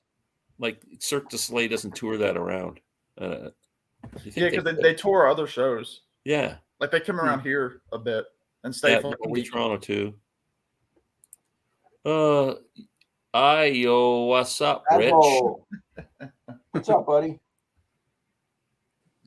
Basil laughing. No, all of you. Okay, we're good. Appreciate it. We got it. Can I do a shout out and a thank you to Sam St. John while I'm on? No. Well, he's here. Okay, next. Rather than do a VCLT in the mail today, I opened my mail up and I got 3 CDs. He knew I was missing some Dylan. There's freestyle. Oh, nice. You didn't have Freewheelin'? He was missing Freewheelin'. Freewheelin'. I have it on vinyl, but not. Oh, nice. Another side. I another love side, that. which I don't have. I don't have that on any physical format. And there's a surprise. I gave him a surprise. Pink Moon by Nick Drake. Oh, nice. Yeah. So we're going to find out once and for all whether I like Nick Drake, because I've never really listened to him. And we'll find out here. Thank you, Sam. It's pretty hard to be offended by Nick Drake. I mean, it's just nice kind of. It's perfect meatloaf eating listening. Yeah, it is. Yeah, put that on, eat some meatloaf, have some buttered noodles, and you're good. And a fine Chianti, which was a throw-in for Silence of the Lambs. I really don't say. Basement I don't Nation, the cellar dwellers. Well, third floor. Third floor. To quote Aaron Muth Alamo, we're the third floor basements. Hey, you know what I was thinking of doing, Sam? I was going to, speaking of the Cosmic Torpedoes, is I was going to upload. I was playing for my brother-in-law yesterday because he used to play in a band with him, and he's up here visiting. I haven't seen him for 3 years because of COVID and everything. We used to play in a band together, so I was showing him all the videos of you and I did. Oh yeah, singing, and he was liking them. But then I thought some of those we just uploaded on. We took turns, like you uploaded one and I didn't, or whatever. I was thinking of going back on the ones that I didn't upload that you upload on your channel. I was going to upload on mine. Just sure. to kind of Yeah, get go things ahead. rolling again. Yeah, because I mean, yeah. When are you even thinking about coming back down? But especially with everything that's happening. Probably not until late winter. It'll be next year, next January, February, maybe March. Yeah, it's slow around here. That's when we get our snow is in January. Yeah, it'll probably be March because I just too much going on, and my daughter's expecting, and she's going to be having a baby in January, so that's exciting. We'll want to be hanging around for that. Yeah, you don't want to be with us instead of seeing the grandchild. Yeah. Screw the grandkids. Right. I've got to get on YouTube. Yeah. Little yard ape screaming in my ear. Get out of here. Get off my lawn. Yeah. Give me a headache. Yeah. That's awesome. Yeah, I just got done watching your video, Rich, of the 1960s. Oh, good. I'm glad you saw it. Yeah, we made it halfway through live, and we figured we might as well put it out as a complete video so people can see what our top list was. That was fun. Glenn and Randy and Brian did a great job. Randy, he just always picks out these very, I don't know what to say, very, he's so dignified, cultured guy. That's his personality. Films, dignified and cultured. I'm like, who watches these? But yeah, I don't know. Well, Randy's a film, like, what do you call it? Like he studies film. He goes to conventions, and they talk about old silent movies and history of movies, and he's really into it. So I would love to do. He's like an authority. I would love to do the Turner Classic Movies cruise. Yeah, I think it looks so fun. Oh, they have a cruise? Yeah, with Ben Mankiewicz, and they get different stars, every year. That would be cool. Yeah, that'd be great. That would be awesome. And they do Q&As, like whatever film they're showing. Like they would show The Godfather, and Pacino would be there. Oh, okay. So they're not gonna like colorize the original Frankenstein and show you that or anything. No, not Turner Classic. No. Is Jane Fonda going to be there? I mean, she was Mrs. Turner for a while. Oh, yeah. Look what I got, Rich. Oh, nice. Blasters. This is such a great record, man. If you like rock and roll, this is a fantastic record. And for good price. Every song is a toe tapper. I'm telling you, it's so good. I can't believe I missed that. I was listening to Rich and I and Randall Nelson and Brian from Massey's Main Entertainment. Every Friday we're doing a record exchange now. So we're recommending a record for each of us to listen to. Then the following week we come back and review it and then pick another one. So last week we did our first one and we picked ones going forward this week. And Rich gave me a guy by the name of Geiger. Dave Geiger? Steve. I remember the first name now. It's really good. I just got to tell you that. I don't want to give anything away, but I'm really enjoying it. He's really good in person, man. I've seen him 25 plus times at the local taverns here where he plays bars. Wow. He is phenomenal. I looked up his Wikipedia page. It says he plays a lot of local clubs in Philly. Yeah, and sometimes there's a cover charge. A lot of times you can watch him for free. I haven't gone in a while, but and he just turned 70. He just had his 70th birthday. He's having some bash somewhere. Yeah, you should. That Blasters cover is crazy, and it's a great record. Go listen to it on Spotify or something. I'm telling you, you'll be tapping your toe for 35 minutes. You won't stop. I have to listen to that because I know I'll like it. Because if it's it's great. 2-minute and 30-second rock and roll, I'm gonna like it. Yeah, that's what it is. Every song. Yeah. What's the name of the album? The Blasters. It's their self-titled album.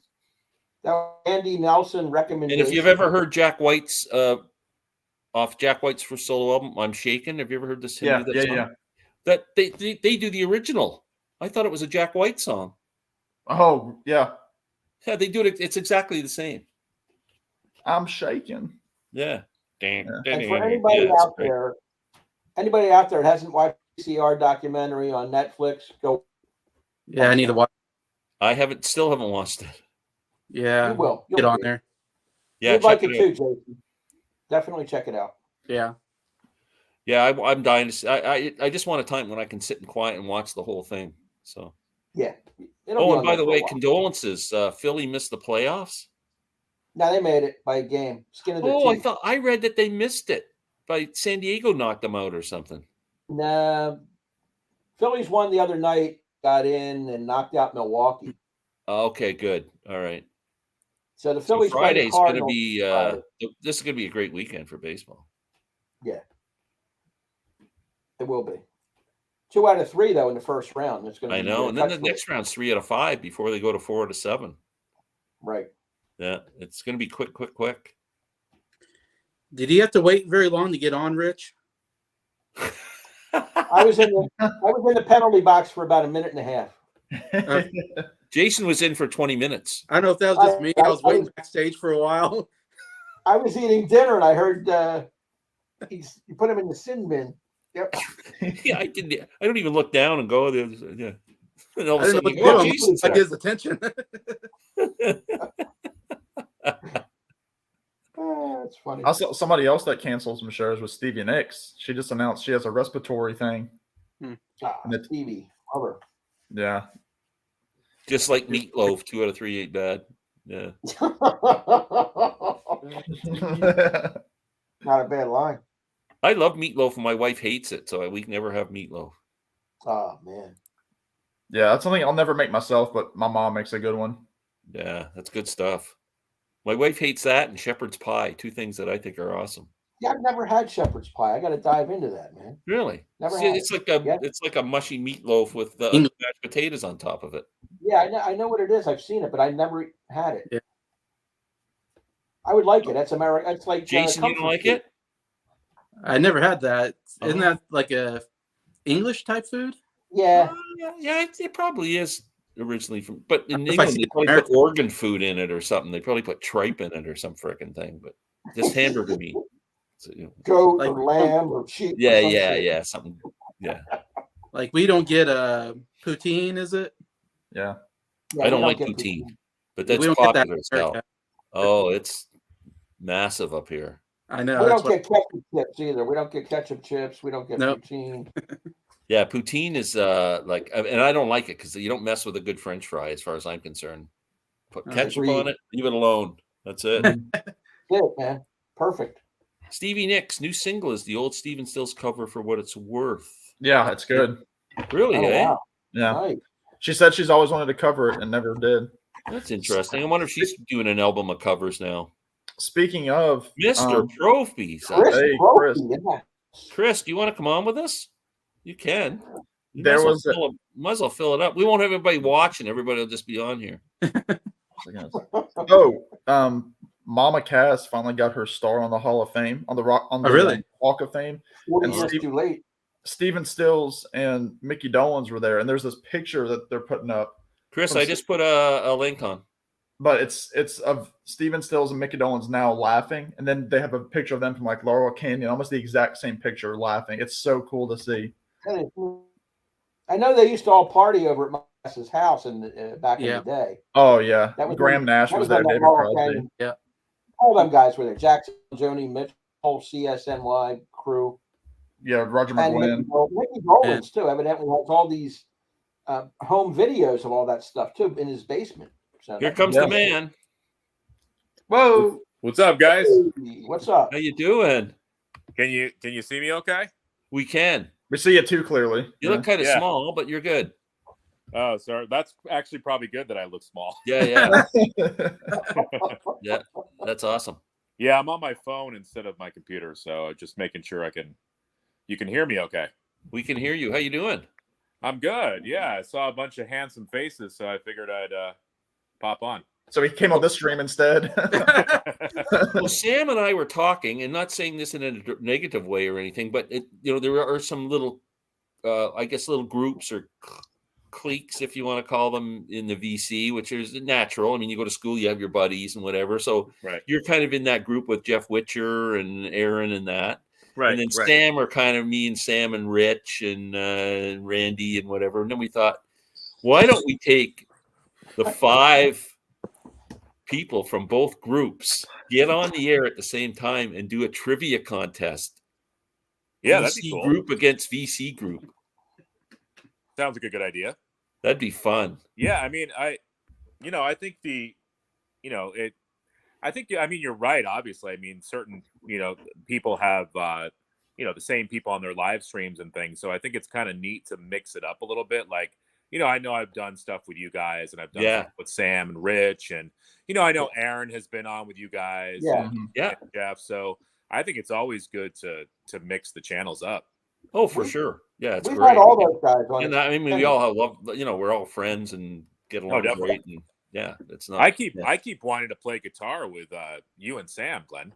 Well, that would be awesome. We got to do that. Yeah, I can pick you up on my way down to Roanoke next Virginia, time. and then just strand them in Virginia. Yeah, that'd be sweet.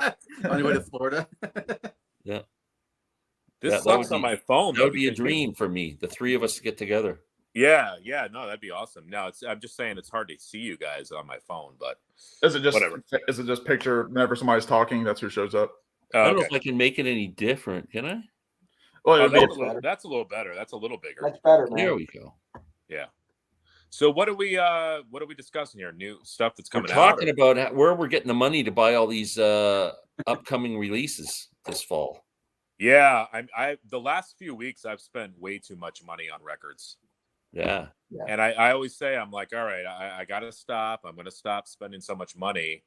And then I go to the freaking record store and I walk out with like 4 or 5 records. Yeah, it's out of control. I think the thing is, like, I think we all kind of fall into this category of like, we all like so many different bands that it's not like, I mean, we're all waiting for like all these new releases to come out. It's not like we're only into like 1 or 2 bands. I mean, like you guys, I listen to a lot of different stuff. So, right. Yeah, it's crazy. I was making a list of it tonight with the new Springsteen album that people seem to be either interested in or don't really care, that Soul covers. Yeah, I don't know. I heard, I forgot who I heard talking about that, but yeah, I don't know. I'd have to listen to it. I know that when, Paul Stanley from Kiss, he just came out with, in the last year or so, actually, I think it's a couple of years ago, he came out with a whole covers record of soul tunes. Mm-hmm. And, it was good. He sounded good. I mean, the renditions and arrangements were great, but I was like, I don't know. He didn't add anything new to these classic tunes. Right. Yeah. Yeah. So I don't know. Sometimes I wonder what the point is. Yeah, you want to put a little bit of your personal touch on them to make them a bit different. Right. Do something. Yeah. If you do them exactly the same, it's not. Yeah. And it's funny with soul and Motown, like I like that kind of stuff, but I might have like a handful of Motown and soul records in my collection. I don't have a lot of that genre. That's me too. Yeah.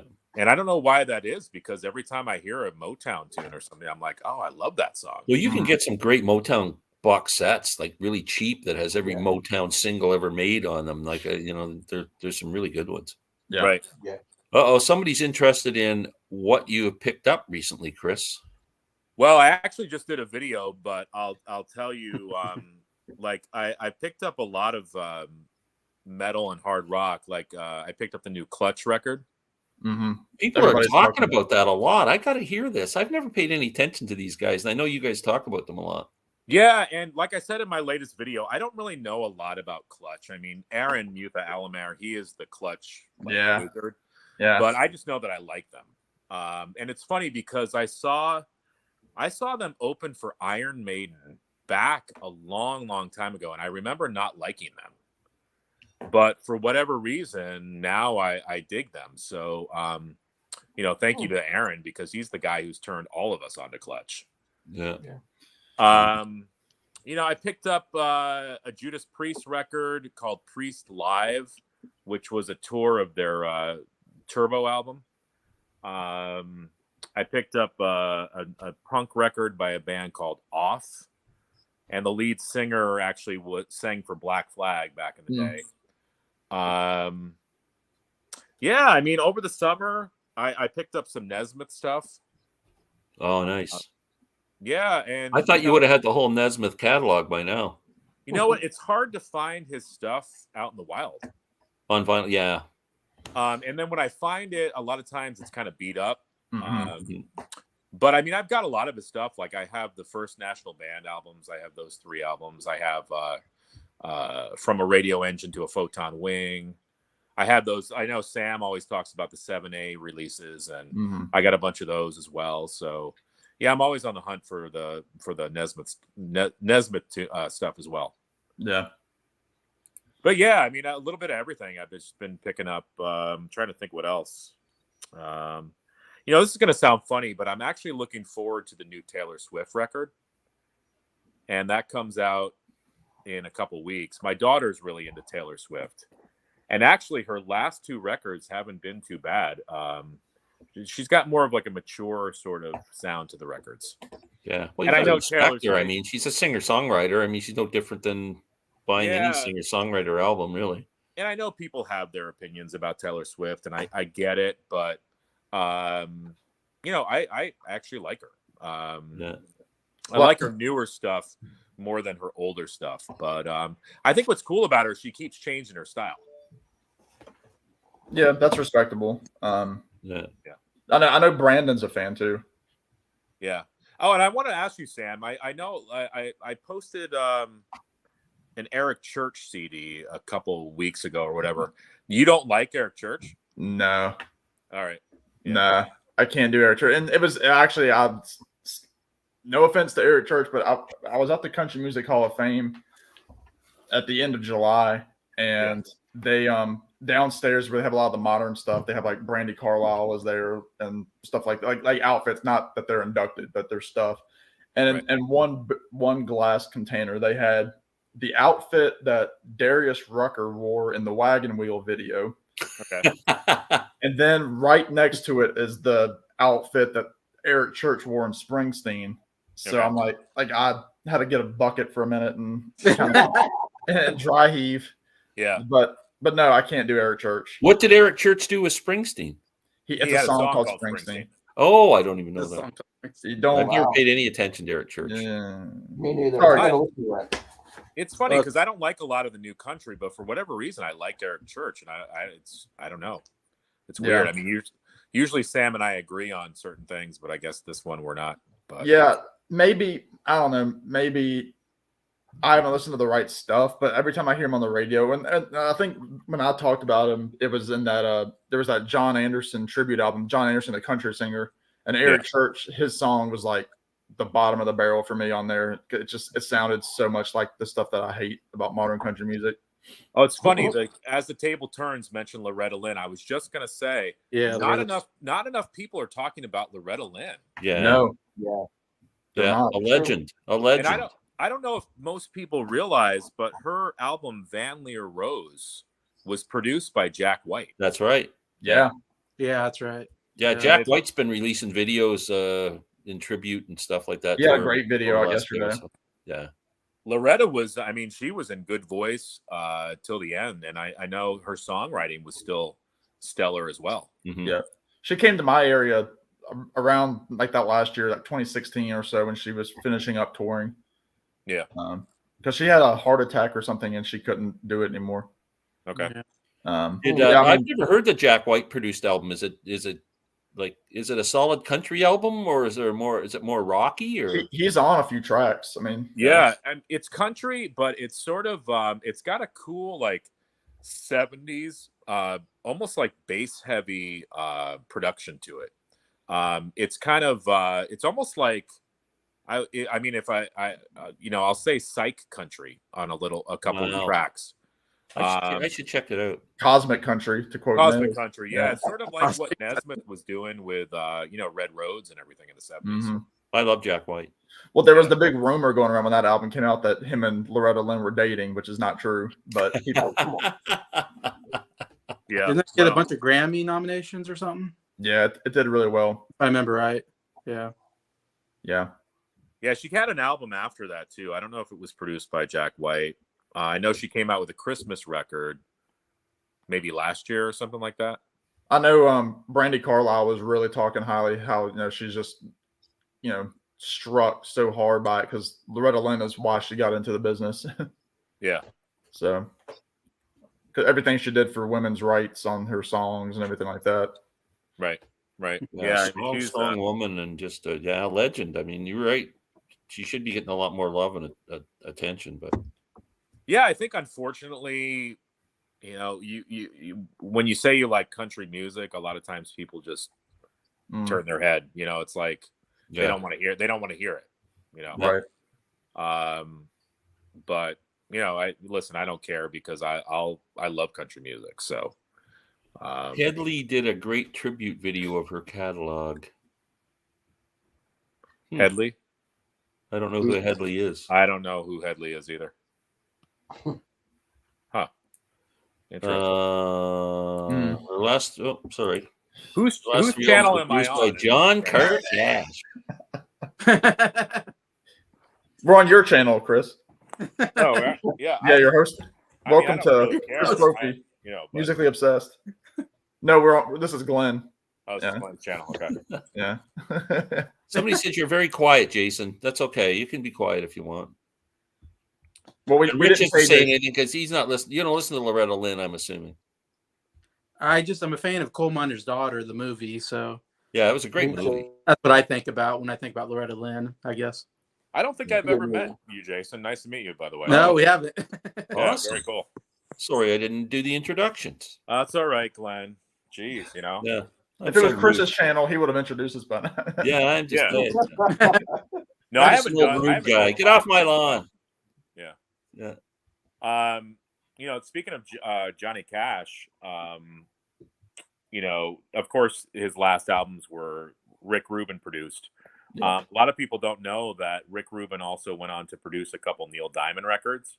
Yes. And he also produced a Donovan record. I didn't know that. Yeah. It's called Sutras, and it's an amazing album. And really, not a lot of people know about it, but if you like the Johnny Cash Rubin albums, you should look up Sutras. If you like Donovan, I mean, it sounds. I love like Donovan. It's cool because it's just him and his acoustic guitar. Really? Yeah. I'm gonna check that. And Neil Diamond, again, he's one of I love Neil Diamond, but a lot of people are like, "Oh, Neil Diamond sucks," whatever. But here's Rick Rubin, who we know him. I mean, but he chose to produce 2 albums for Neil Diamond. So. I heard one. I heard one of them. It actually was pretty good. It has that kind of sparse kind of sound. Yeah. Well, what's cool about Rubin is that whoever he works with, he always tries to bring them back to what they were. Yeah. Like when he produced the Metallica record, he's like, all right, I want you guys to kind of channel your early stuff. When he produced Johnny Cash, it's like, okay, Cash, we don't need anything but you. Just sit in front of the microphone, sing, and play your guitar. And Rick Rubin seems to be good about bringing like the essence of every artist. Well, he's got. I mean, obviously he's producing the new Neil Young as well. But I mean, obviously Wildflowers with that album. And then he's had the Avett Brothers, who I love. They've been on his label now since 2009 ish. Okay. On the American label, and all those albums are my favorites by them. So yeah, he knows what he's doing. It's just crazy though, because if you think about it, I mean, he produced like Run DMC, he produced obviously Metallica, Slayer, the Beasties, the Beastie Boys. Like he's all over the place, which he is cool.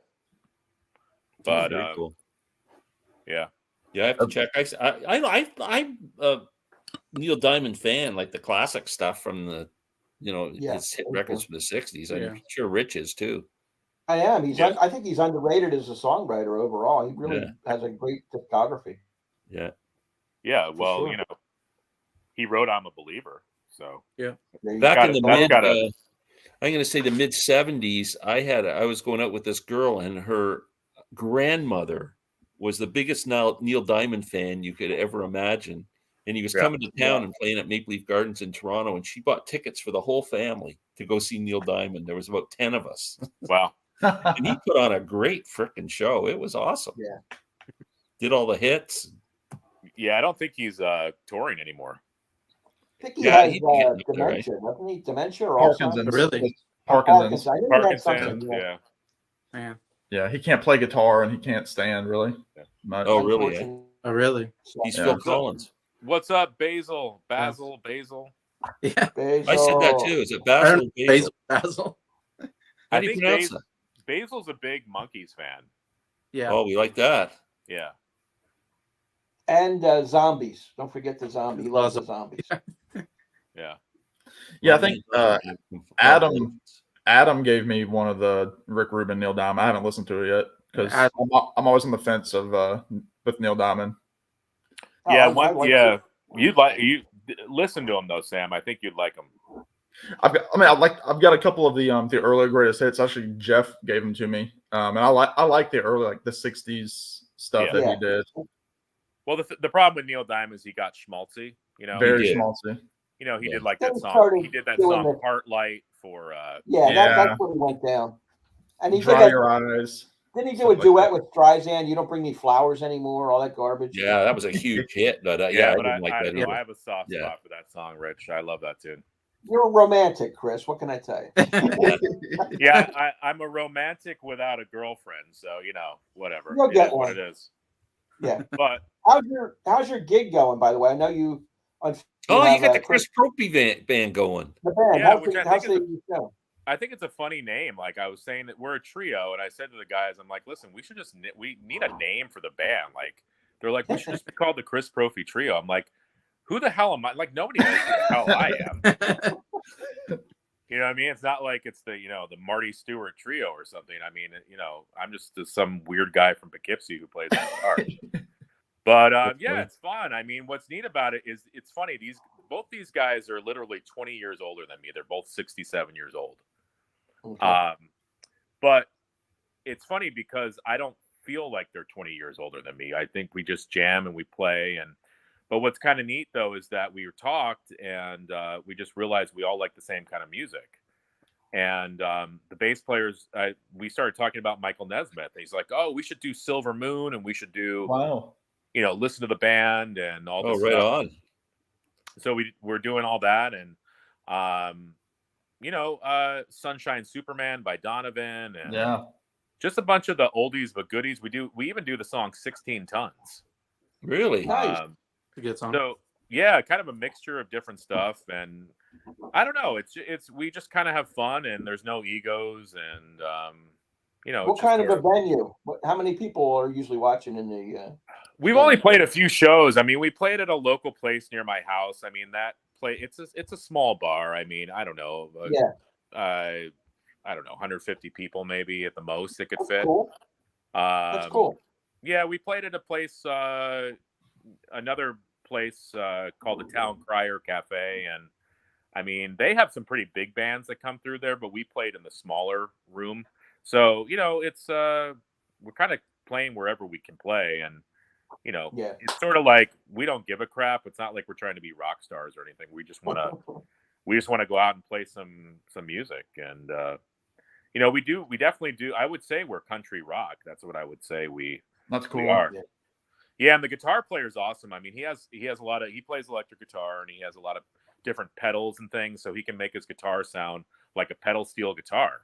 Oh, nice. So when we're doing some of those Nesmith tunes, he just throws that pedal steel sound on it, and it sounds great. I'll tell you the secret that having gigged for since the mid 70s, pretty much, in like taverns and Legion halls and whatever.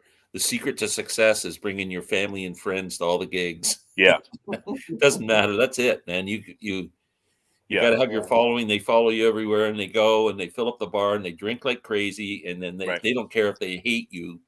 They'll bring you back because you. Yeah, that's the thing. I mean, that's all the bars care about is whether they're going to sell beer and they're going to sell food.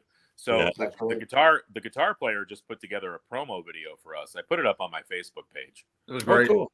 But we're going to start trying to shop that around, and I don't know. I mean, I think it turned out pretty well. That's awesome. Very exciting. We'll see what happens. Chris, I have I talked about it earlier with Glenn, but I have an album recommendation for you. It's do you know Tyler Childers, the country singer? Yeah, the names, I've heard of the name. Yeah, he's a young guy, probably 29, 30 years old. He just came out. It's a triple set called "Can I Take My Hounds to Heaven," and it's 3 discs, and each disc has the same track listing, but they're done in different ways. Yeah, and the last disc, I will say, the last disc is virtually just a bunch of noise. It's not great, but the first and second disc are absolutely fantastic. It's so good. It's country. It's got some rock. It's got gospel. It's just really, really good. Well, send that in Messenger because I'm going to forget. Just message me and let me know because I don't know. I keep saying I'm not going to buy anything more, but here's something else now I have to buy. And his voice. He's got like this gritty voice, and he's just so good. Yeah. Oh, cool, man. Yeah, that sounds cool. All of his albums are great. They really are. Yeah, joyful noise. Yes. Joyful noise. Well, no, it's Try and say that 3 times fast. Joyful noise. Joyful noise. Yeah. Say unique New York. Unique New York. Yeah, the discs are listed as different, like they're different names, kind of like Dylan's triplicate album. Okay. And the last one is called Joyful Noise, but the album is called Can I Take My Hounds to Heaven? All right, cool. Yeah, I'll definitely check that out. And okay, I'm getting my pen out too. I'll make it easy. I just sent you the Amazon link, Chris, so you can just buy it right there. And I'll show you another new release I picked up, and I know Sam's getting into Kiss lately, which I still think is funny. Like you don't seem like a Kiss person. But I took the makeup off before. Yeah, I just picked up Kiss, Lick It Up. I love that song. I don't know much more about that album, but I love Lick It Up, the song. Yeah, it's a heavy record. This came out in I don't know, 80 something. But yeah, Lick It Up was a huge hit, and it's a really good record. But the reissue, this is a reissue. The reissues are getting harder to find though. So if you find them, I definitely would pick them up. But Caleb. But you've got a lot of the early Kiss though, Sam, right? Yeah, the newest one I have is Animalize. Okay. Yeah. Nice. Hey, Rich, how about you and I show our Kiss collection? Bacon. Yeah. it's for all those empty shelves. That's what it's waiting for. Yeah, that's it. He's saving that. See the space behind Rich's head there? He's saving that for the Kiss stuff. I should get at least a comp. Yeah. I don't have any Kiss. I don't either. But now, Jason, you got Kiss records? I was gonna say the only song I know is what's it called? Rock and roll all night. Rock and roll all night. Yeah. And party every day. Mm-hmm. I remember that song being on the radio, but that's the only Kiss song I could tell you. I think everybody needs the debut in their collection, at least. I would agree. It's a good album. The only song I know is Beth. And Beth is off a Destroyer, which is like 5 albums or so down the road there. Yeah. But I told Aaron when Rich and I had Aaron on last that I love Ace's version of 2000 Man. Yeah, love that Stone song. Yeah. That was off of that Satanic Dynasty piece. Yeah, but the original Stones wasn't it on Satanic Majesty's Request. What song? 2000 Man. Yeah, it's off Satanic. Yeah. That's a great album. I mean, isn't She's a Rainbow on there too? Yeah. Yeah. Oh yeah. Rob's slamming Kiss. Type of Kiss compilation. Well, at least he's got a compilation. Kiss is funny. Like like some people hate Kiss, and I'm like, I don't know. How can you hate Kiss? I don't know. I get it, but I don't think it's a music thing. I think it's the fact, like, if you're Rich and my age, we grew up the Zeppelins and that, and then the next step was Kiss, and it was really theatric, and it was really kind of different, like almost like cartoonish for like kiddie. Like, we just had a different impression of them. Right. We were the wrong age. We never warmed up to it. That's what I think, anyway. Well, here's what I will say though. The band Rush, and obviously we all know who Rush is. They loved Kiss. They actually toured with Kiss. They toured with them a lot, and they're all friends. Yeah. And Rush, I remember watching. I think it was the Rush documentary, where they were talking about how they toured with Kiss, and Getty just got what Kiss was doing.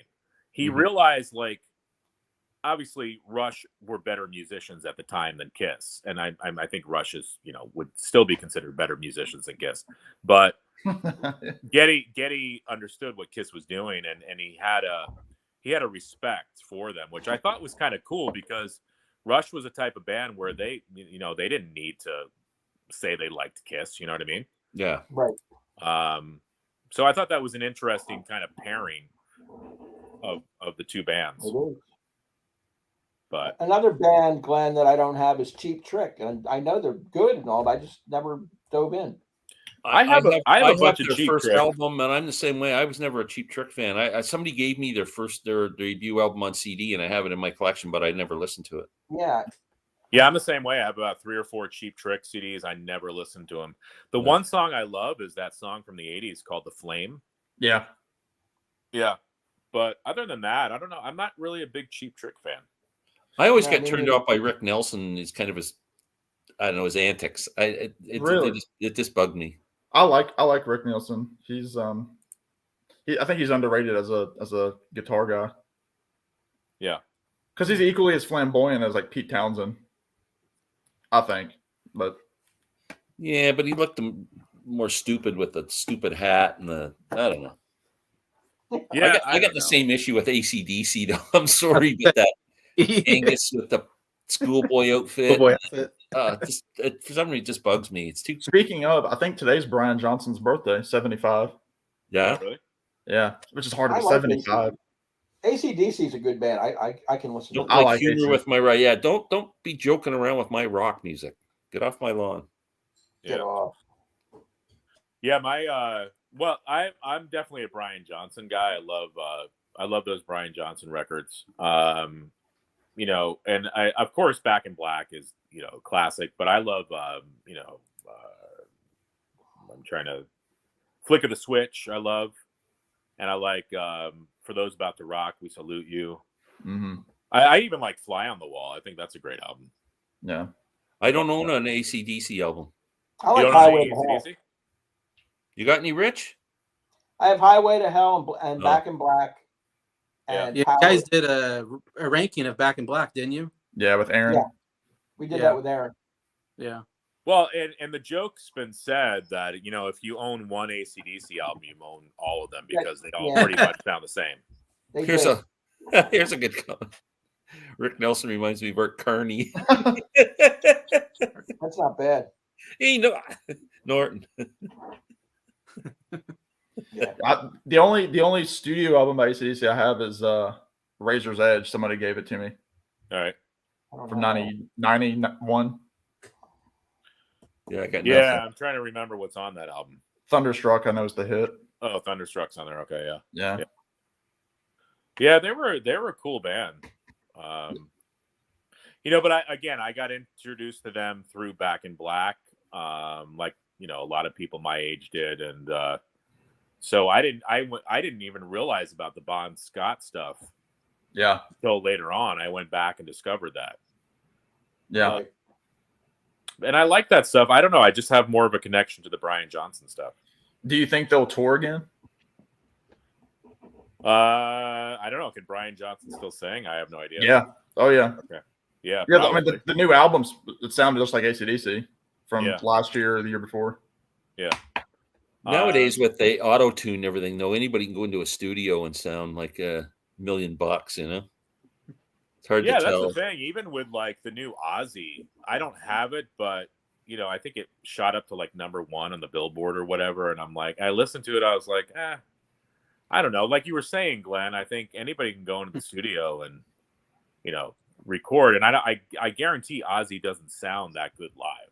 Yeah. Well, every time that I've seen, because he was like at the halftime show for one of the games, and he's been like on a morning show. He's lip syncing the songs right now. Uh-huh. And I mean, the new stuff sounds auto-tuned. I mean, it's just like it's run through a computer. Yeah. I was thinking about this. So these old guys are still touring. Like my nephew saw The Who on Sunday night, and he said Roger Daltrey just sounds incredible. Yeah. He's 75, 76 years old. Springsteen's out on tour at 70-something singing. Mick Jagger's still doing it. Is there an auto-tune type system for these guys to sing? Yeah, when they're doing live too, because it just seems like there's no way these guys should have these strong voices at that age. Well, it depends on who you go through. Like, for example, I saw the Zombies in 2014, and Colin Blunstone. Even now, Colin Blunstone's voice is just absolutely unbelievable because he's 77 or so. And I mean, I've seen, I don't know who else has like a good voice. Well, for example, like Ringo. Ringo sounds good live. He sounds like Ringo. Yeah. But when you hear a Ringo album now, you know that you can tell that they're altering his voice. You can hear it.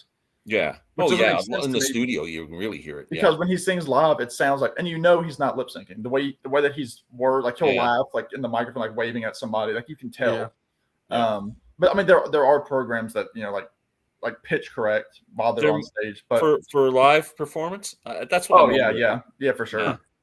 Well, how about I think Glenn too that they probably, I think some of them lip sync as well. I think some of those tunes maybe they're singing to a track. You know what I mean? Really, a lot of them. Oh yeah, even Daltrey and guys like that would be doing that. I think with Daltrey, Daltrey has a similar thing with like when Tom Petty during Tom Petty's last years. Tom Petty had a track for sure when he was doing Free Fallin'. Like when he hit that, and I'm free, like when he hit that part, it was almost verbatim the live, the Full Moon Fever vocal.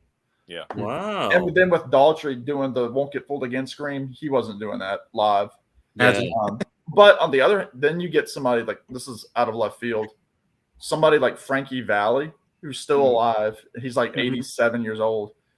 He's been lip syncing to like the same track for like 15 years. Really? Yeah. So you're really just going to see him, just see him, Just a to see living, breathing human being. You're not really hearing him sing live. He's singing, but like the microphone is turned so low, it's got everything else. But like go watch a 4-season show from any year, like in Vegas or Branson, wherever they are, and it's every inflection is exactly the same. I'll tell you who isn't doing that is the Canadian icon Gordon Lightfoot. Yeah, Gordon just sounds like an 80-year-old guy. He does, and it's a shame because he used to have such a beautiful voice. Yeah. And I saw him live, but he's got this like whispery sort of almost Dylan-esque voice. Yeah. Yep. I don't know, but he's still an icon. So. And Dylan's the same. Like Dylan's just reinvented himself, and he's got a singing style that he's comfortable with, growing into as he gets older, and it's working for him. But the thing with Dylan, sorry, go ahead, Jason. Well, Elton John, right, Sam? Oh my word, yeah, Elton, his voice is so powerful right now. It's unbelievable. It's lower, I mean, it's been lower since the 80s. It's different because it's lower, but he had those polyps removed on his throat in the 80s. But like again, you mentioned Dylan. Even though Dylan doesn't have the traditional singing voice, if you see Dylan live, you're like his voice is strong. Like he's got volume, and he's not like it's not weak. Like Gordon Lightfoot's. Again, no offense, because I saw Gordo early last year, where the guy behind me wanted to hear "Time in a Bottle," but that never happened. He was a jackweed behind me. Doesn't he know that Jim Crotch sang that? Jim Crotch did it, yeah. Well, this dude was a crotch behind me because he talked the whole time. But Gordo, his voice is feet too. Didn't he knock soda all over your feet? There was beer on my feet, and him and the wives were yelling about leaving after the second song, and I was like, why don't you just go home? Like, leave. Go home now. But then, like, when he said the "Time in a Bottle" thing, I was like, if I would have known that, I would have told you the first song. Like, oh, he's not singing that. Yeah. So anyway, but yeah, Dylan's voice, it's not weak. It's just what it is, but it's not weak. Yeah. No, like I said, he's just kind of grown into something here and it's working for him. Right. And actually, Dylan now, because there was a few years there where you couldn't even understand a word he was saying. He mumbled through all the lyrics. Like in the 90s. And now it's very clear. Yeah, it is clear. Well, those Sinatra albums helped a lot, I think, with his singing style. Yeah. An album by him that I just started listening to that I passed by in the record stores all the time. Album called "Oh Mercy." That's a great record. Yeah. Yeah, it's got I'm trying to remember that song in there that was "Ring Them Bells" and "Everything Is Broken." Everything is broken. Yeah. But that's a strong record. Yes. Daniel Lanois. Lanois produced that. Yeah. That just showed up on my 100 albums list. That's what I was thinking. I think I saw that on your list. Jim Croce. I thought it was pronounced Jim Croce. Oh, that's I don't know about that. Sam was telling me the other day that Jim's son AJ, who is actually to me more of like a barroom piano jazz kind of guy, is doing a tour right now. Croce sings Croce and doing all his dad's songs. Oh, really? Yeah, man. Cool. I think that would be very cool to see. Yeah, I'm hoping to see him. I didn't realize Jim Crotch had a son. Yeah, AJ Croce. You should check him out. He plays piano and he's got this raspy kind of voice. It doesn't sound at all like Jim. Yeah. And so I'm wondering how morning did a profile on AJ Croce. Yeah, CBS did a good interview with him. About, really? He's almost blind, I believe, and it's really solid. Goes through his whole upbringing and his father's music and coming to terms with his dad's legacy. That he's a Croce and he'll always be a Croce. So he's accepting it. Oh, that's pretty good. He's a pretty talented guy in his own right. Like he doesn't. Yeah. Did you guys see the? No, I'm going to change bands here on you, but did you see the Creedence Clearwater Revival documentary on Netflix? Rich keeps talking about it. I haven't watched it yet. Rich is awesome. It's awesome. Dragging it up. Yeah. I need to see it. Netflix is wonky right now. Creedence was. I'm watching this. I'm like, Creedence was a freaking killer band. Yeah. And I see them live. I always thought they were from the South, but they weren't. No. They're San Francisco, California, or around that area. I guess Fogerty just. I think he just channeled that Southern vibe. Yeah, you thought he was from the Bayou, Yeah, you would have thought he was from the Alligator Swamp or something. Like Tony Joe White or something. Because he wore those flannels. Yeah. I don't have a lot of Creedence. I need more Creedence. Really? I have Chronicles. Don't they weren't there like 2 parts to that? Chronicles is I mean that's the greatest hits. Yeah. Chronicles is like 30 songs. Yeah. But I have. Yeah, you should grab Cosmos Factory or a couple of those. No, but most of the songs on Chronicles are on that. Billy the Poor Boys and Bayou Country. I think I have Bayou. Country. Speaking of Robert, Robert just got to meet Pete Best. Yeah, that's right. Oh, cool. Yeah, cool. I met Pete Best once too a few years ago, back in the 90s. He was a nice guy. Got a chance to talk to him for a few minutes. I actually have an autograph too. He's a Beatle, basically. He is a Beatle. Yeah, absolutely a Beatle. I'd count it. He was the Beatles' #1 loser, as they say. Only Beatle I ever met. Yeah. Yeah, I need to watch that Creedence documentary. But like I said, my Netflix is all. And the way it's shot is perfect because they have them going over to England and the tour and this and that, and they're interviewing the different guys, and then the last half of it's all on stage concert. It's fantastic. Yeah. Well, I'm down here talking to you. Pete was very nice, very subdued. Yeah, he is just a very quiet guy. Somebody had posted something about Beach Boys down below. It's a little bit ago. I don't know. I saw that. Somebody was slamming the Beach Boys, and I was waiting for Sam to catch that too. No, I don't bite at the carrot that's in front of me. No. Yeah, I took that down right away because I'm trying to find it here. If somebody's slamming the Beach Boys, we're gonna kick their butt. If it's 5 against 1. Yeah. No, I'm looking forward to the new box. I'm probably gonna wait either for Christmas or for the price to go down a little bit. And it's another box set that's out now. It covers Holland and then Carl and the Passions from 1972. Oh, so here it is. Look at that. Yeah, Alan. If you have one Beach Boy, we're coming to your house. Not Pet Sounds. Totally different, I think. Well, even between like Surf and Safari versus like Summer Days, it's completely different. Yeah, and then listen to Beach Boys "Love You." Listen to Honey, Wild Honey, and Friends, Sunflower. Yeah, post Brian Wilson. Yeah, Surf's Up. That Surf's Up album is killer. Yeah. I know. You know what? I'm sorry. I'm of the opinion that if you have a really good Beach Boys comp, you pretty much have what you need. I just listened to Brian Wilson today, his instrumental piano album, but I was working. A Beach Boys hater, banish him. Off with your head. Well, I think unfortunately a lot of people just think the Beach Boys were like Surfer Girl and early on, yeah. Yeah, but I don't think a lot of people realized they had a crap load of albums post Pet Sounds. Yeah. Holland is awesome. Oh, I just pissed Rob off. No, Rob, I have the Feel Flows is what he was talking about, the other box set. I got that, and I don't recall there being really bad sound. Although, unless you're talking about the summer Sounds of Summer, that one, it's the original Sounds of Summer with a bunch of extra tracks, and the stuff that's remastered is really, really, really good, I think. But they didn't touch up all the songs, so some of the songs are like the original, like 1964 mix or whatever it might be. So I wish they would have done them all as a new remix, but maybe they couldn't. But I liked it a lot. I have a Japanese pressing of Wild Honey. It's awesome. Yeah, I picked up Love You over the summer. I still haven't listened to it. I got it really cheap because it was clean. Yeah, it's a strange album. Yeah, I've heard it's very strange. Yeah, all 4 Beatle drummers are still alive: Ringo, Pete Best, Jimmy Nicol, and Paul McCartney. There's another drummer that played on Love Me Do.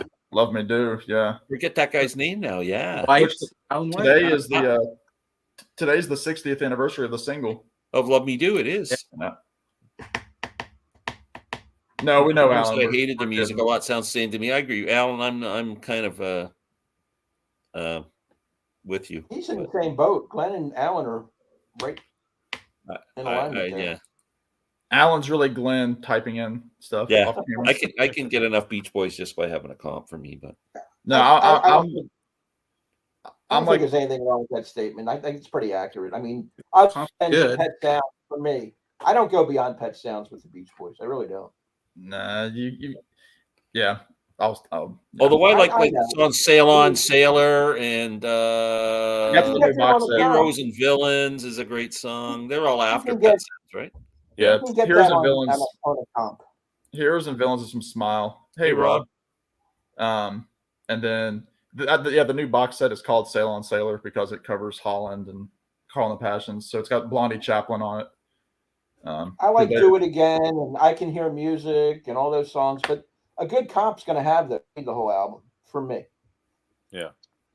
But, everybody's different. Sam likes to dive into the deep cuts and they work for him. That's cool. Yeah. That's why if we did a Beach Boys ranking, I'd probably have Surfing USA very low. Yeah. Yeah. Yeah. That sounds but great. They are iconic. They're legendary. I love the Brian Wilson version of Smile. It came out in 2004. So I always see Smile in the used bins, and I always want to. But is it better to get the Beach Boys one or the Brian Wilson one? Well, the Beach Boys one is called the Sessions, so it's not. That's right. It's not a put together album necessarily. I mean, a lot. I have the Brian Wilson one, but it's very experimental in terms of like a lot of it is like stuff that could have been a full track, but I mean, there are full tracks on there. To me, the definitive version of Good Vibrations is on that Smile session. It's a little bit longer with like an added little. Oh, like, really cool. Like coda in it. Probably my favorite Beach Boys song. Good Vibrations. Yeah. I mean, but critically, it's probably their best, and stylistically, it's probably their best. But yeah. Yeah. Don't Worry, Baby is my dad's favorite. I mean, they had some great songs. I mean, Brian Wilson is a genius. I argue that point. But the Brian Wilson, I mean, if you know what Brian Wilson sounds like later day, I mean, if you're past that, then the Brian Wilson Smile is the actual album. Like that would be the definitive, and then the Smile Sessions is kind of like the box set. But it's very good. But again, it's not completed. So do they do Good Vibration? Does he do Good Vibrations on that on his Smile album? On the Smile album, he does do Good Vibrations. I mean, he does it all. He does Heroes and Villains, which is the opening track of Smile. I love that song. But with Good Vibrations, other than the chorus, he changes all the lyrics. So I don't know if it was like an alternate lyric that he was working on and that he did for this album, because I guess he figured that song is so well known, he might as well make it new for the new album. But it's very good. Pick it up. I see it all the frickin' time. Surf's Up. That's the highlight for me. Yeah. Beautiful song. I agree. And when I saw Brian live, they opened with Heroes and Villains and killed it in 2016. Rob saw Brian Wilson with Al Jardine and Blondie Chaplin on the Pet Sounds anniversary tour. That's the tour I went to, Rob. Yep. Awesome. Saw them do it in its entirety, which was just, it's like seeing Beethoven perform, Third Symphony. Yeah. Ludwig live. That would have been good. Ludwig von Wilson, yeah. Yeah. With Davy Jones playing tambourine. Yeah. I'm picking up. Oh, that would be bad. That is bad. Yeah, he sings. They finished the concert with "The Good Earth," Chris. Oh Jesus! I mean, obviously Davy was brought in for the girls, obviously. Good looks, yeah. Oh yeah. No doubt. I mean, because I don't know. I don't think he really had any musical talent. I mean, obviously he could sing, but it's almost like a Broadway thing. I mean, he was the first guy they hired, right? He was the first. Yeah, he was set. Yeah, he was the guy. But I mean, he's my least favorite. Wasn't Oliver the stage play or something like that? Yeah. On the Ed Sullivan Show, yeah. Yeah, Mickey Dolenz was in Circus Boy or something like that, I think. Mm-hmm. That's right. Yeah. And Peter Tork was in Buffalo Springfield. Kind of. He was? Mickey's my man. I like Mickey. No. Did you ever hear that story with Stephen Stills was friends with the guy who recruited what would eventually be the Monkees, and Stephen Stills wanted the part, and he said to Stephen Stills, "I'm looking for somebody with better teeth and nicer hair." Yeah. He recommended Peter Tork. Yeah. Yeah, the Wondermints, a lot of them are in Brian's band, but unfortunately, Nicky Wonder, the lead guy, he passed away a couple of years ago. So who were the Wondermints? They were like a Beach Boys. They played Beach Boys songs, I think, out in California, but they also made songs in the Beach Boys style. And Brian saw them in the late 90s, and they essentially became the basis of his band, which when Brian started really touring again. Like Nicky Wonder, Jeffrey Foskett was like a modern surf band. Yeah, but even more so, not even surf. They did they stuck to those harmonies, and like they could do like the songs note for note. Darian Sahanaja was in there. Davey was a Broadway kid, and Stephen Stills went on to fame anyway. Yes, with rotten teeth and bad hair. Yeah, did okay. He still had a pretty good career. You could sing, Brian Wilson sings "She's Moving In with Rico." Oh, I'm anxious to hear that Stevie Nicks version of For What It's Worth that we were talking about earlier. Yeah. You got me intrigued how that's going to sound. No, that's good. I don't know if she puts her own touch to it, or does it sound like the original? It's her voice. You can't mistake that. So yeah, it's got that it's rasp. the same arrangement, kind of for the most part, but it's got the gypsy style Stevie Nicks take on it. But it's a pretty good album. Is the one Stephen Stills did about, I don't know how many years ago now, about 5 years ago, with Judy Collins. You guys ever Stills and Collins? I've heard like Handle with Cares on that really album. good album. Yeah. We do some covers and some. Yeah, there you go.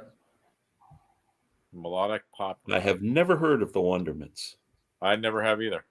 Yeah, they were a couple of them are still in the band, but I mean some of them broke off over time. I think one of them had some legal issues and one of them's passed away. So Did they have their own albums? Yeah. Yep. Like in the style of the Beach Boys. I mean, it's kind of like, all these like groups that are like the Beatles but aren't the Beatles. Right. And they were modern, like just keeping that sound around. And I think they were semi like regional. They weren't necessarily a huge band, but Brian's people saw them and said that would be perfect. Because they gave Brian confidence because they could play every note, exactly the way it was. Yeah, I guess. Yeah. Nice. What's the latest Brian Wilson project? Was that the instrumental? It was the piano, which is what I listened to this morning, for work. It was How at is my that? piano. It's just, I mean, it's like, it's kind of like ambient music almost in terms of like, it's background music. It's not, Is there any more instrumentation with it, or just him playing solo piano? It's overdubbed piano parts that he did, but it's like, because it makes it sound like he might be a better piano player than he is, but he's not. It's overdubbed. Okay. Like good dinner music, I'm assuming. It's very good dinner music. Yeah, it's not breaking new ground, but it's kind of just to show like how simple, but how nice the melodies were that Brian wrote. And Sam, you picked up that She and Him album where they covered all the She and Him. Yeah, Melt Away. Oh no, yeah, Melt Away. It's fantastic, actually. I just talked about that today on another video. Yeah, it's fantastic. I love Zooey Deschanel. I know you do too, Chris. Yeah, I have their first record, I want to say, but yeah, she's got that 60s sound that sounds modern. Yeah, because she was an Elf, right? Yeah. And New Girl, the show. Yeah. So that the She and Him album is a Beach Boys tribute? It's Brian Wilson, so they do. It's mostly Beach Boys tracks, and actually Brian shows up. They sing "Do It Again," and Brian sings lead on it. So that's probably his most recent. I think he recorded with them during COVID, like that song. But they do some. They essentially both brought, because it's a duo, and they both brought like 30 or 40 Beach Boys songs. They said whether they were hits or not. So they do songs like "Till I Die," "Melt Away," which is a solo song from Brian's debut album. They do "Do It Again." They do "Wouldn't It Be Nice." So they do hits and some of the deeper cuts. What kind of instrumentation do we expect when we hear this? It's like tremolo guitar, kind of like kind of 60s style tremolo, but it's got some like airy kind of production to it.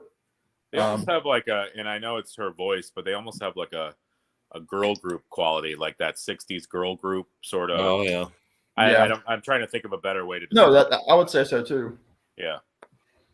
Yeah, I know I've heard their Christmas album is pretty big. I love their Christmas album, and they do some of the Beach Boys Christmas arrangements on those songs too. So Brian Wilson, I mean, I know they've been covering "Wouldn't It Be Nice" for over a decade live. I still need to pick up that Beach Boys Christmas record. That the early one. Yeah. It's great. Perfect dinner music for you and your lady if you're having 3-alarm chili. Motorhead. Oh, dude, I saw Motorhead live. They were great. What's the loudest concert you've seen, Chris? I've seen a lot of loud concerts. The thing is now, this is going to sound dorky, but I wear earplugs now to concerts. No, because it's just things are so loud and like I hate leaving a concert not being able to hear. Yeah. And I don't know. I just hate that ringing sound. So, I mean, I don't know. I saw Kiss like 3 times. They were loud. I saw Motorhead in a small club. They were really freaking loud. Yeah, any of those rock shows. I saw Ted Nugent. That was a loud show. Gordon Lightfoot. Yeah. Gordon Lightfoot. Yeah, he was freaking loud. He shreds. Yeah. Yeah. Metallica. When he does that scream at the end of Edmund Fitzgerald. Yeah. And it's funny, the older I get, like I just like chill concerts now. Like I almost like to just sit there and just not even have to put earplugs in, but just like enjoy like a soft. I think it's just because I'm getting older now, but I agree. I don't need the big rock concerts anymore. I'm happy going to a smaller venue. And I was gonna say, Glenn, you saw Jack White. I've heard he's pretty loud. Jack White was really freaking loud. Yeah. And really good. It was pretty heavy, but yeah, that was a great show though. I'll tell you guys, if you haven't heard that newest Jack White album, Entering Heaven Alive, it is fantastic. Really acoustic. Cool. Just a great record. Awesome. Yeah, Chris would like it. Yeah, for sure. Definitely one of my picks for album of the year. Actually, one of the latest concerts I saw that was really loud was a guy named Bob Mould. He used to sing for Husker Du. He's coming. Isn't he Canadian, Bob Mould? Am I wrong? I don't think so. Don't quote me on that, but maybe he produced some Canadian records or something. Well, he's coming to my area like in 2 weeks. It's just him and his electric guitar, but he turns it he's jumping around the stage. I think he's in his 60s, and but that was loud. That was a loud freaking show. Hey, look at this! You guys are so freaking interesting. Thanks, Nat. Thank you, Nat. Nat, are you subscribed? Nat, are you subscribed to my channel? Yes, subscribe. Well, interesting to go both ways. All these guys. Just in case anybody, I'm bad at this. So Sam St. John, Jason the Old Millennial, Chris Propfe, and Rich Strickler. When this is up for watching uploaded, I'll put everybody's names down because we're the darlings of the VC. Yes. Yes. And when I like to piss people off and show CDs on my channel. Yeah, me too. Yeah, well, that's probably why I have the subscribers that I have, because that's what I show. You know why I like showing CDs? Because they're easier to pull off the rack. Albums, I got to go through and go like that, and then I got to figure out how to put them back. CDs, they just come out so easy, and you can put them in a stack, and you can take them and throw them back easy. It's just I love both formats. So me too. I'm not a guy. And I'm sorry, but Bob like, McCartney. When I look at a new release and I'm like, do I spend $35 on the vinyl or do I spend $13.99 on the CD? Yeah, I think it's a CD. Bingo. When it's the same source too. Yeah. Bingo. I'm spending the $15 on the CD. Yeah, I mean, and a lot of times, like, if the vinyl would come with like a poster or something, I'll probably go with that, or like a cool color variant or something. But of course, I picked all the Nesmith up on vinyl. But I'd like to find that when I can find it. I do that too. Yeah, certain things I'm going to look, but usually you find that stuff used, right? You don't have to pay $40 for it. So Briar CD Showcase, you know how many CDs I have? Briar CD Showcase, I have 4,000 CDs. Oh my gosh! Wow, that's a lot. I got about 2,300, I think. I have 16. 16? Yeah. Wow. And your collection's growing by the day. Yeah. Yeah. I just counted mine. I put mine in the shelves here, 1150. So I have a long way to go. I've got about 16 new ones that I haven't listened to sitting on a pull-out, like a card table. Yeah.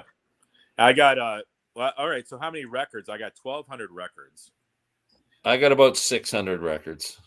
Yeah. Got 300. Yeah, I'm probably sitting at 100. And half of those are either from Aaron or Jeff. I think Aaron's got about 5,000. Oh yeah.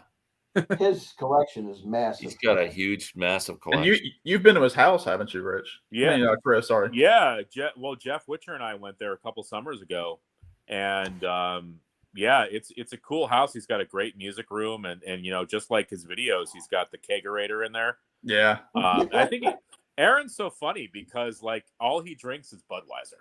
Yeah. So like you could come, and I'm not like a big IPA guy, but like you can go to him and say, Aaron, this is like the best IPA, and he'll like, no, But I'm gonna have my Budweiser. He's getting paid the big no. But here's the thing with Aaron, like there's a lot of guys who probably have 5,000 records, but they don't even know what the hell they have. Aaron knows everything he's got, and he's crazy because like you'll mention some random 80s band, and he'll just go up, he'll like reach up behind him. Oh yeah, I've seen videos. And he'll pull it off the shelf, and we're like, dude, how did you find that record so fast? And anything he pulls off, he'll be able to tell you the history of it too. Yeah.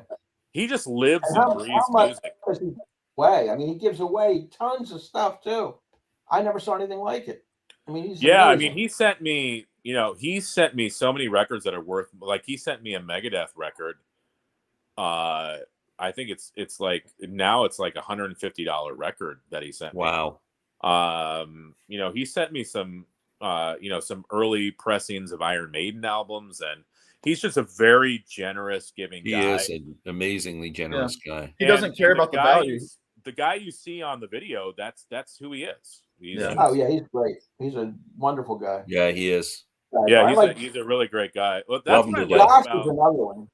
That's what I like about all of us is that the way we are in our videos. I haven't met you guys in person, but I just know that the way you are in your videos, that's the way you are in person. Yeah. Right. And Josh, we've had Josh on, and Gary, those are super guys. And Jeff, they're all great guys. I met Gary once in person. I've met Josh a couple times in person. Of course, I've met Jeff a couple times in person, and Aaron. I would like to meet Brandon, Mr. Hall of Fame. Yeah. He's a great guy. We've never had him. Who does he like? Maybe I can reach out to him, Chris, and have him do a thing with Sam and I, because we've never had him. Yeah, he's a great guy. His collection, I mean, he's got like a record store in his house. It's impressive, yeah. Everything is like pristine condition. He's got like it looks like a record store. He's got like a bunch of Japanese pressings, and everything is like in the shrink wrap with the hype stickers, and it's crazy. Yeah, it's great. And Robert S. down there, he's another very generous guy. He really promotes channels, and he's got his own channel. But he's given me some great CDs out of the blue. He just says, I'm sending you a package and just full of stuff, and there's no way I can repay him. Yeah. There's a lot of cool people. JT's cool. Yeah. JT sent me a huge box of stuff. What a collection he had. My goodness. Well, his stories are amazing too. Like every record he shows, he's like, yeah, my mom hung out with frickin' Jim Croce, and my sister dated this guy. Yeah, she helped him write Time in a Bottle, and my sister was banging Gordon Lightfoot. It's just all of it. Sam and I a story where he waited at a table with Neil Young, and he saw early Elvis shows in Vegas and Sinatra because his parents worked at the casino there. Oh yeah, he's got JT. He's got great stories, mob stories, like crazy. He went to school with kids that were talking about in Casino, the movie Casino. He knows those real characters and the children. He's another guy. Like every week, he's bringing like 30 records into his collection. It's crazy. Yeah. Pristine. He gets great stuff for low prices. He's the only guy I know who goes to thrift shops and actually finds something worthwhile. Well, he's out there. He can go to Vegas or San Francisco like in a day and get these fantastic records. Yeah, I'm done with looking at Salvation Army. I'm done looking at thrift stores. Oh, Goodwill here is not good. Oh yeah, JT will come home with Tommy by the Who, and I come home with Herb Alpert again. Yeah, and he bought it for like $2. Yeah. Or freaking like Alpert or something. He's got 4 copies of that Buckingham Nicks album, which is really hard to find in mint condition. I don't know how he does it. Yeah, it's a legend. What was that album you just got, Sam? Like Frankenstein or something? Oh yeah, it's a It's called Frankie Stein and like his Ghouls. It was an album from the 60s that it's like a dance, like a Halloween party album with like monster sound effects. But it's cool because like each song on the back tells you like what dance to do. It's like the mashed potato, Oh, really? the monkey wrench, all that stuff. It's Hey, really Doc cool. I'm just gonna woke grab. up. I'm gonna grab an album. I want to show you guys. 1 second. Doc, what's up, Doc? Perennial line. What's up, Doc? Get the Hey, cat Doc. What's up, Doc? Doc and I just did a couple videos together a few hours back. They'll be released on Monday, 1994. 1994. Yeah. Music and movies. Check them out. Buck Owens. It's a monster's holiday. Oh man. Yeah. Look at that. So this was trying to think, because you guys were talking about like monster theme, whatever. There's only one song in here. It's called "It's a Monster's Holiday." It's a great song, but he does "Kiss an Angel, Good Morning" on here. That Charlie Pride tune. What else? He does some he does Tom T. Hall's "I Love," but it's a great record. Oh, I can't stand that song. You don't like that song? No, I can't stand that song. I like Tom T. Hall, but I can't stand it. I love and the Trucks. cover. I love the cover though. Cool. But it's like it doesn't look like a Buck Owens record though. Where are the Buckaroos? Are they on there? Yeah, Buck Owens and the Buckaroos. Yeah. Okay. Rich, can you name a buckaroo? No, I cannot. Frankie Stein and his Ghouls. And the I'll give $10 to anybody who can name a buckaroo. What's his name? Don Rich, right? Don Rich, yeah. Oh, was he? No. You're That out, was my money. Like, I'm reneging. I don't pay my debts anymore. You have songs on here like Weirdo the Wolf, Goon River, A Hearse Is Not a Home, Knives and Lovers, and The Neck Twist. Really? One of my favorite Halloween shows to watch is the original Sleepy Hollow. I just watched it the other day with Bing Crosby. Great soundtrack. Oh, really? Yeah. Does you ever see that? It's the Disney Legend of Sleepy Hollow. Yeah. Oh, yeah. From the 40s. Cool. It was back in the 40s? It was that early? Yeah, it's from the 40s. Okay. Yeah. Frankie in a sequin jacket would be an awesome buckaroo.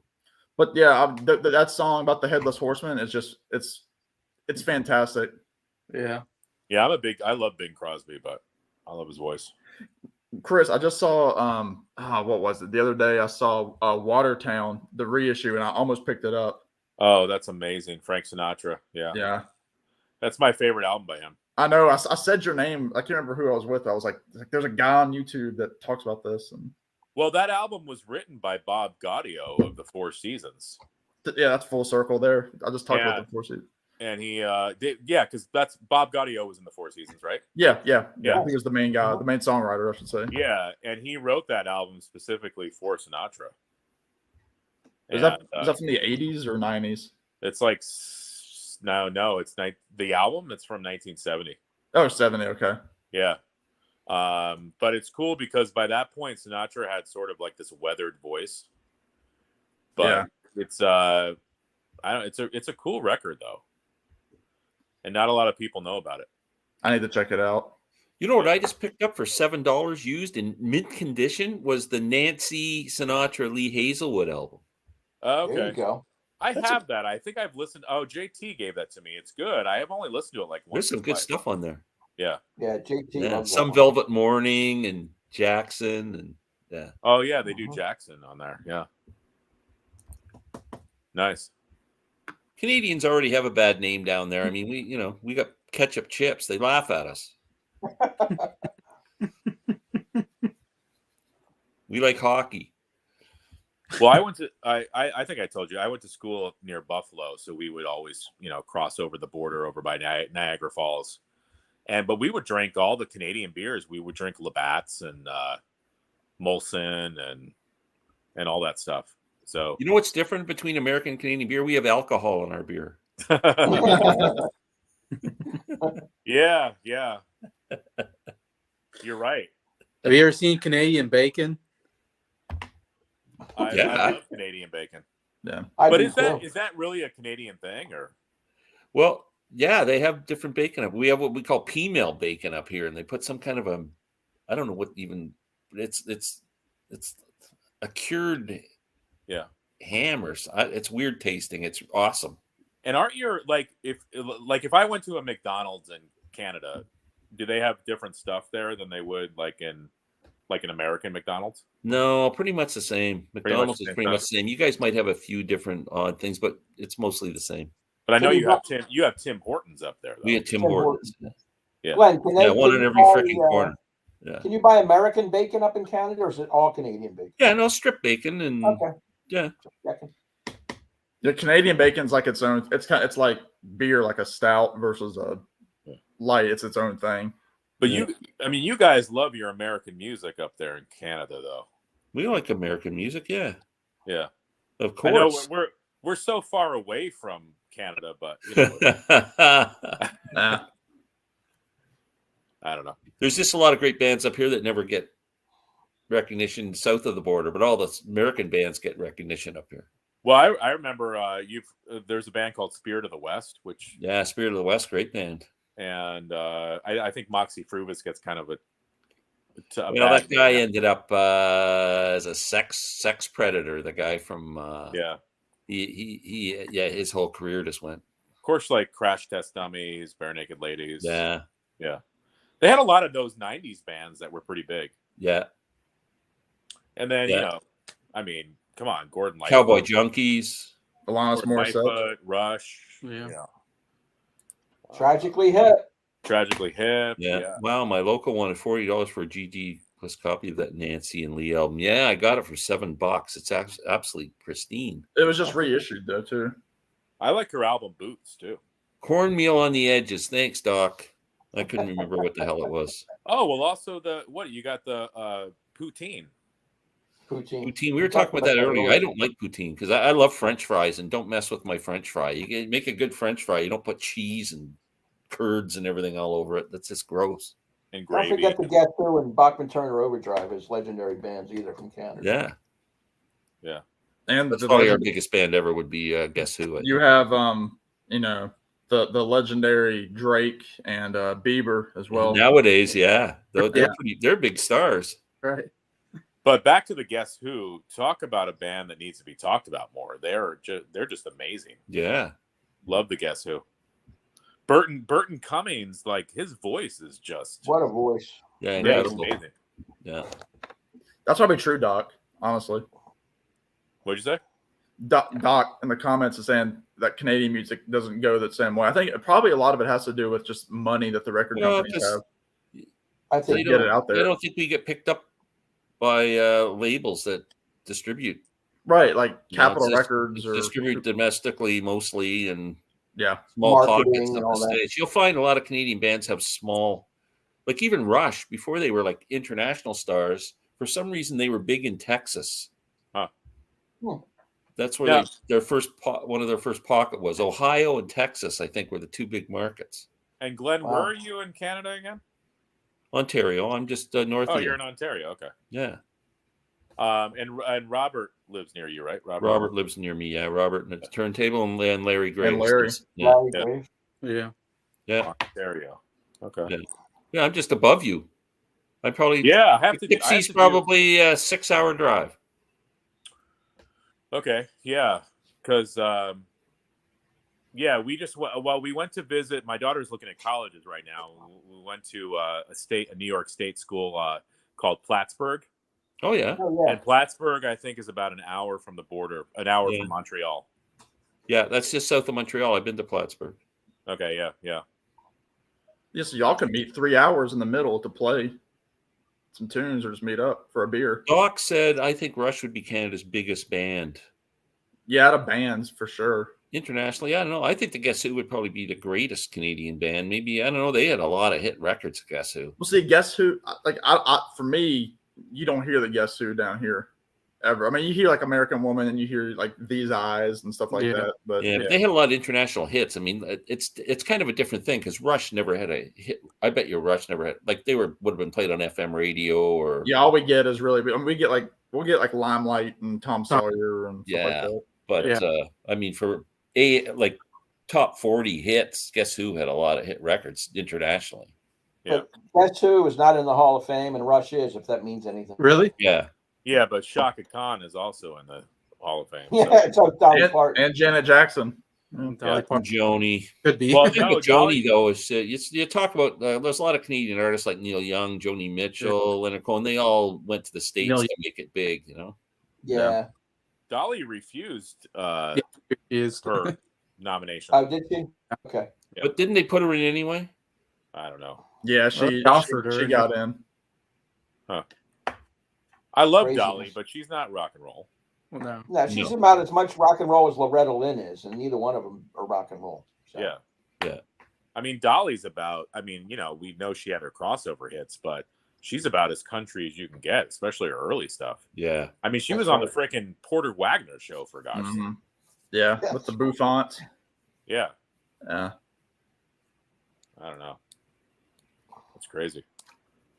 Yep. I just recently kind of got through Tom Petty's discography Oh yeah. Yeah. because Adam wants to do a top 10 Petty songs this month. What'd you think? So I had to quickly go through all the albums and try to listen to as much music as I can. And yeah, it was interesting because I had like maybe 10 songs that I thought would be on my list. And I tell you, when I got to the album Into the Great Wide Open, Love that album. man, like every song is so good on there. I was like, Killer album. this Yeah. whole album's almost on my list now. And so I have Oh my like, God. I've written down like 30 songs now that I need to listen to and try to get down to 10 anyways. But it's been fun kind of going through them because I just don't know all the Petty That's stuff. good. That would be That's hard to narrow down to 10 Petty. One of the songs. hardest things was the first video I did with Rich, where we did Tom Petty. Yeah. That was torture. It was Rich. Rich was trying to give me a trial by fire for that video. I was showing I this think we to did Sam 20 earlier. They're short. I picked That's this, the album right there. I've never- That's the I've one. never- I picked this record. up used today. Oh, That that That's White right. Companion. Great I mean, musically, it's arguably Tom's best album. I But love this that album. CD, I put it Wait, on wait, my, wait. You're I gonna put put it that on my above stereo, Wildflowers? and it was so freaking loud and compressed, it made my ears bleed. You would Yeah. put that above Wildflowers, Glenn? Oh, well, Wildflowers is my favorite, but this one's really good. It's a It's I've strong never, really I've album. never heard that record before. It's, Yeah. Oh, Chris, But this CD is awful. Like, I mean, I don't know who produced it. The compression, it is so loud. Huh. It's unbelievable how bad it's sounding it is. No, Chris, I could see you after hearing that album. You would want to do a couple of those songs live. All right. yes. Yeah, Well, because Square, if you've never heard the song Square One, that's just, that would fit you, Chris. Listen Yeah. to How Square about Down One. South? Down South's a great song. Down man. South. Yeah, Flirting Down with, South, yeah. Flirting with Flirting- Time is a killer rocker. Flirting with Time. All right, Oh, I'm going man. to I'm Third going to the time, record love store. I'm that. picking that up tomorrow. Saving Grace that was on the radio. Yeah, I love Flirting with Time too. That's Flirting a- with Time is killer. It sounds like Petty from like the early '80s. That's vintage Petty. Yeah. Yeah, yeah, I and would say it's Jeff Lynne and Mike Campbell are the only other two on there. So What's that album called? Highway Highway Companion. Companion. All right. Yeah, I I'm would gonna say go like pick that Damn up the tomorrow. Torpedoes has the most maybe hits that I'm familiar. Yeah, But Into the Great Wide Open had songs I never heard of, and it was really good. Really, I'm surprised. Some of them were hits. Were they? on there. Okay. Yeah. well, Into the Great Wide Open, Learning to Fly. Yeah. I I didn't would big assume ones. that I would assume that there are some vinyl pressings of Into the Great Wide Open, right? Probably few and far between because they came out in '91. Okay. That's tough. Yeah. Yeah, I kind of like Tom Petty's '90s music was pretty good. I thought. Although Yeah. I know Aaron sent me a reissue of Into the Great Wide Open. Oh, you have that on vinyl? Yeah. Oh shit, I need to get that. Yeah, Jason, Aaron. have you listened? Jason, have you Echo? Because that's one I like that I don't think Sam necessarily likes. Echo, I need more time with. I I like like it. the last two. I like Mojo and Hypnotic Eye. I thought they were really Really? good albums. Yeah. It was pretty good. I like the song Echo was really good off there. What's In fact, what's the white cover album? Well, That's Echo Echo. and The Last DJ. Last Uh, DJ. Last DJ. They're I both like the black last and white. DJ is good, too. The name of the album is usually the best song on the album sometimes. Sometimes. For Into the Great Wide Open, I don't Into the think Great I Wide watched- Open is a great Which song. is funny because I just watched the video because my sister loves Johnny Depp. And I'm like, Johnny Depp's in this video, and so I showed her the video today. You know what? Goes into the Great Wide Open. Wildflowers is a good song. I mean, yeah. I love his song Southern Accents. That's my favorite. Oh yeah, it's my favorite. Yeah, that's my favorite Petty song. Johnny Cash does a killer version of that song. Yeah, it's heartbreaking. Yeah. That's from the Rick Rubin sessions. Speaking of Johnny Depp, isn't there an album out now, Johnny Depp and Jeff Beck? Mm-hmm. The hell is that? It's exactly what you said it is. Yeah. And Johnny Depp's kind of become a wanker over this trial he had going on with his wife there for a couple of years. It's kind of, made a laughing stock. Well, he was in the group Hollywood Vampires with Joe Perry and Alice Cooper. Alice Cooper, yeah. Because he wanted to be a musician to begin with. I mean, he's a pretty good guitarist, and I mean, he's got like his vocal is kind of like a Lou Reed kind of vocal, like it's right there. Because like he does a version of Heroes, and it's pretty good. But I mean, he's not blowing you away with his singing, but he's more like the persona. But he was on a Paul McCartney album. I might be wrong, but the other way around. On a Paul McCartney album, really? No, Paul McCartney was on the first Hollywood Vampires album. He did a cover. He did "Come and Get It," which he wrote for Badfinger. Here's a collaboration I'd like to see: Paul McCartney and Brian Wilson get together and write an album. Yeah, that would be awesome. Together, that'd be cool. I think that it could have happened 10 years ago, but I don't think Brian can do it anymore. Yeah. Mm-mm. Jason, have you listened to the One soundtrack, Petty? The what? She's the one. Yeah. Doesn't that have that song Walls on it? Oh yeah, Angel Dream, California, Zero from Outer Space. I love American that song Dream too. or something, or Angel Dream was it? Yeah, Angel Dream. Yeah, that's a good. Yeah. What and when they released it on vinyl as Angel Dream, didn't they call it Angel Dream? Yeah. So what's the difference between that and so the original soundtrack is called "She's the One," which came out in '97. That had like a yellow cover to it, right? It was a yellow cover. Jennifer Aniston is on it and everything, and that was like the actual soundtrack because for that one they do like they do like different versions of the songs. Like there were 2 versions of Walls, 2 different versions of Angel Dream, and then there's like an instrumental like piano piece at the end, and like a bunch of covers. Like they do Change the Lock, a couple others, but with Angel Dream, but about the Beck song, right. And for Angel Dream, they wanted to make it more of like an actual album instead of a soundtrack. So they took off the doubles of the songs, and they took a couple of originals that were around during that time that never made it onto an album, put them on there, and removed like the instrumental part and made it like a full album. And then they remastered it. Which one do you like better? It's tough because the "She's the One" has my favorite song, which is California, which is like this jangly acoustic song, but they don't have that on Angel Dream. But Angel Dream has a couple of tracks that are, that are new. Like they do the JJ Cale song called like 13 Days. Yeah. Which is really, really good. So it's a different album to me because I love California so much. Because I hesitated to buy Angel Dream because I had She's the One. I have She's the One on CD. But maybe I should pick up Angel Dream too. Yeah, Angel Dream is good because the tracks on there are really, really good. Oh crap! Now that's 2 more albums I need to get. But I need to find some more. You need some more gigs, Chris. Yeah, I know. I need to. Yeah, I don't know. I'm supposed to have a gig on the 30th. I need to really hunker down on that. Yeah, at a restaurant up here. Oh, that's cool. Yeah. And you're playing solo? Yeah, it'll just be me. Cool. I was supposed to have a gig in July, but then in early August, but then I had COVID, so I had to cancel. Like the day before, I had to cancel. But I had another friend who was going to play with me anyway. He just did it solo. So this will be my. Do you have like a sound system you play through, or? I've got an amp on loan back here, a Fender amp that I'm gonna just go with. I'm not gonna do a PA because it's such a small restaurant. Like the last time I was at this restaurant, the guy that played, he had his guitar plugged in, but he didn't use a vocal mic. He just sang. Oh, okay. Yeah, so nice. it kind of goes either way because it's kind of like a long and narrow dining room. Right. So and it's like it's wooden, so the sound is pretty. Right. It's set in there. Nice. Yeah. Okay, last call, guys. It's 10:52. I'm shutting her down at 11. I'm getting old. Yeah, I got to get to work tomorrow. I don't. Yeah, I guess I got work too. I wish I could just live off my YouTube paycheck of 2 cents. Right. Yeah, Big yeah, bucks. It's like Spotify. Yeah. yeah. That'd be hard to do. What's crazy is like it's not like I'm crazy about my subscribers or whatever, but like you see these channels that are like up around like 35 million subscribers or whatever, and like for all of us, I think we all get stuck at a certain number for like a long time, no matter what we do, no matter what content we put out.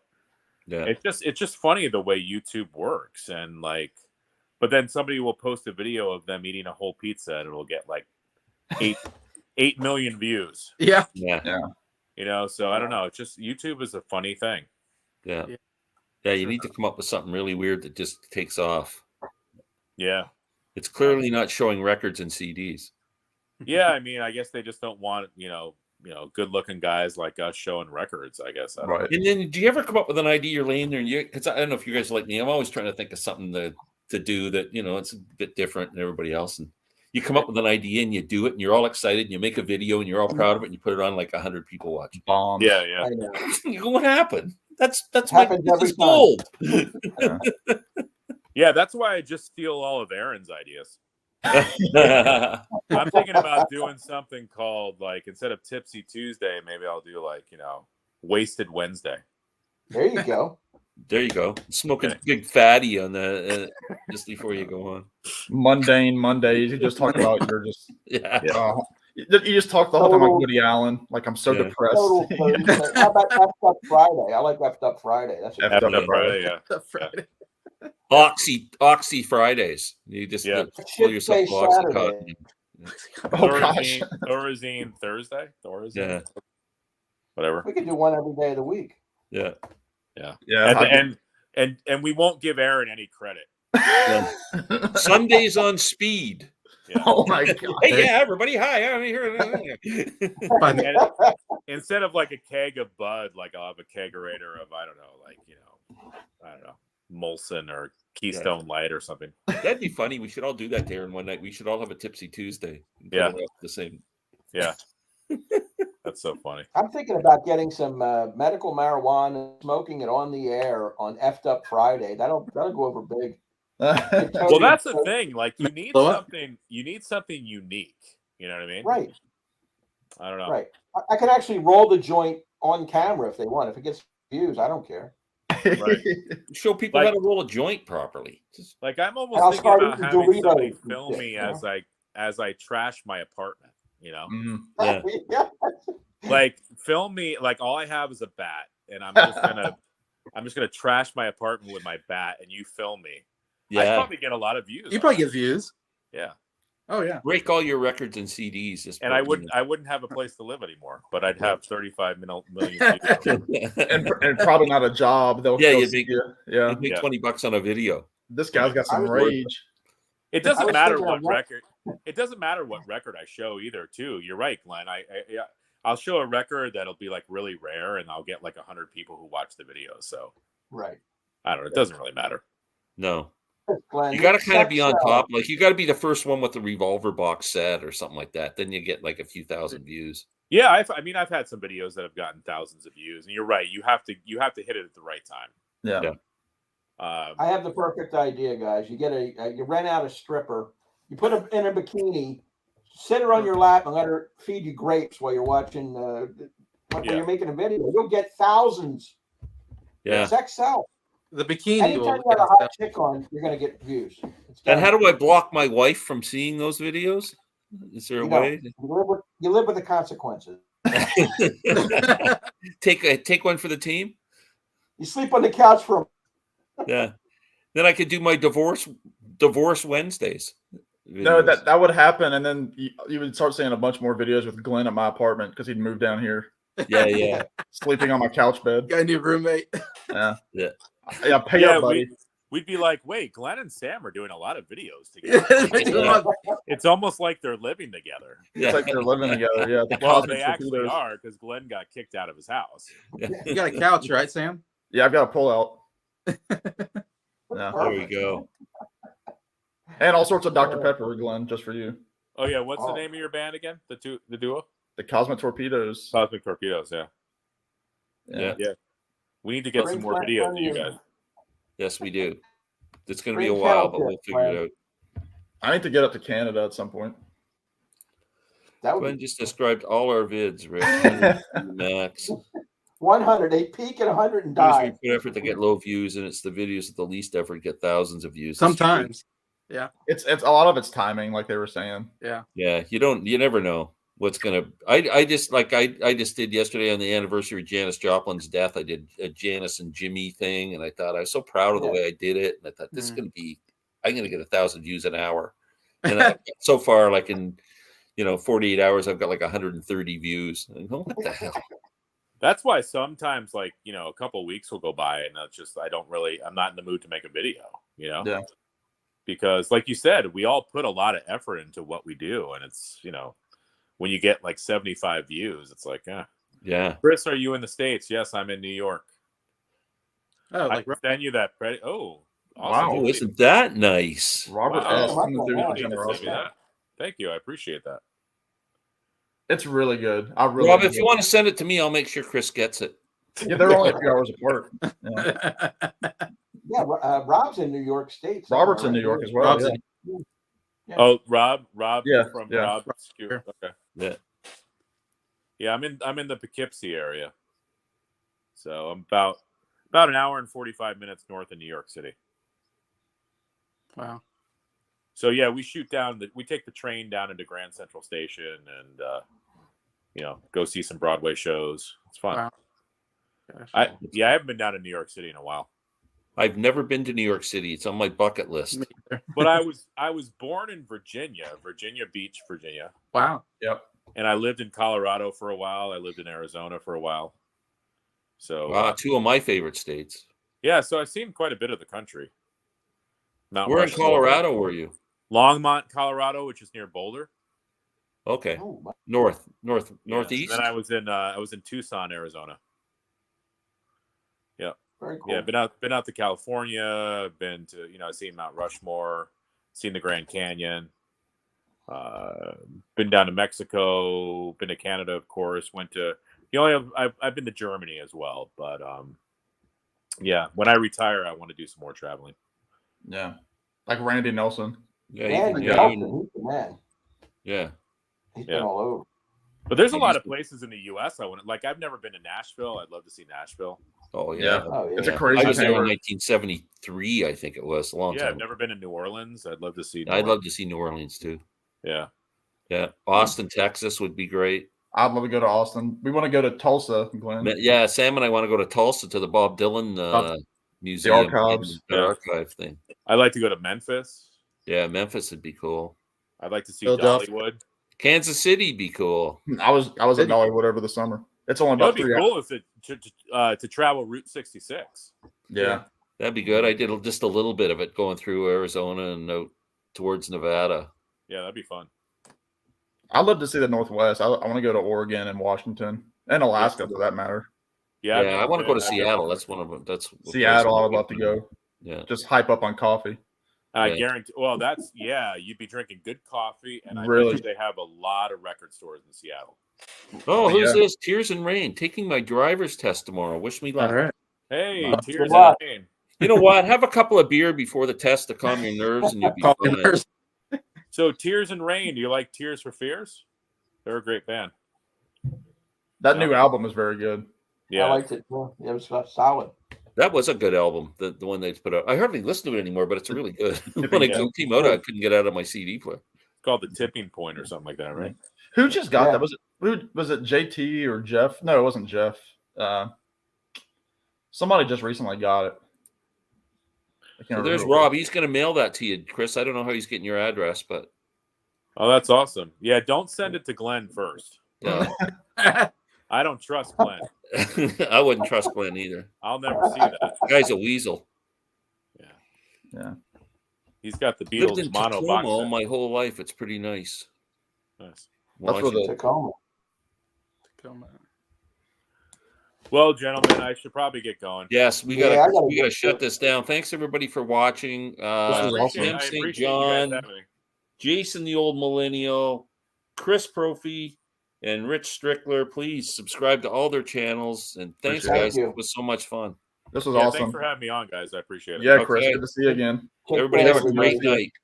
Have a good night. Um,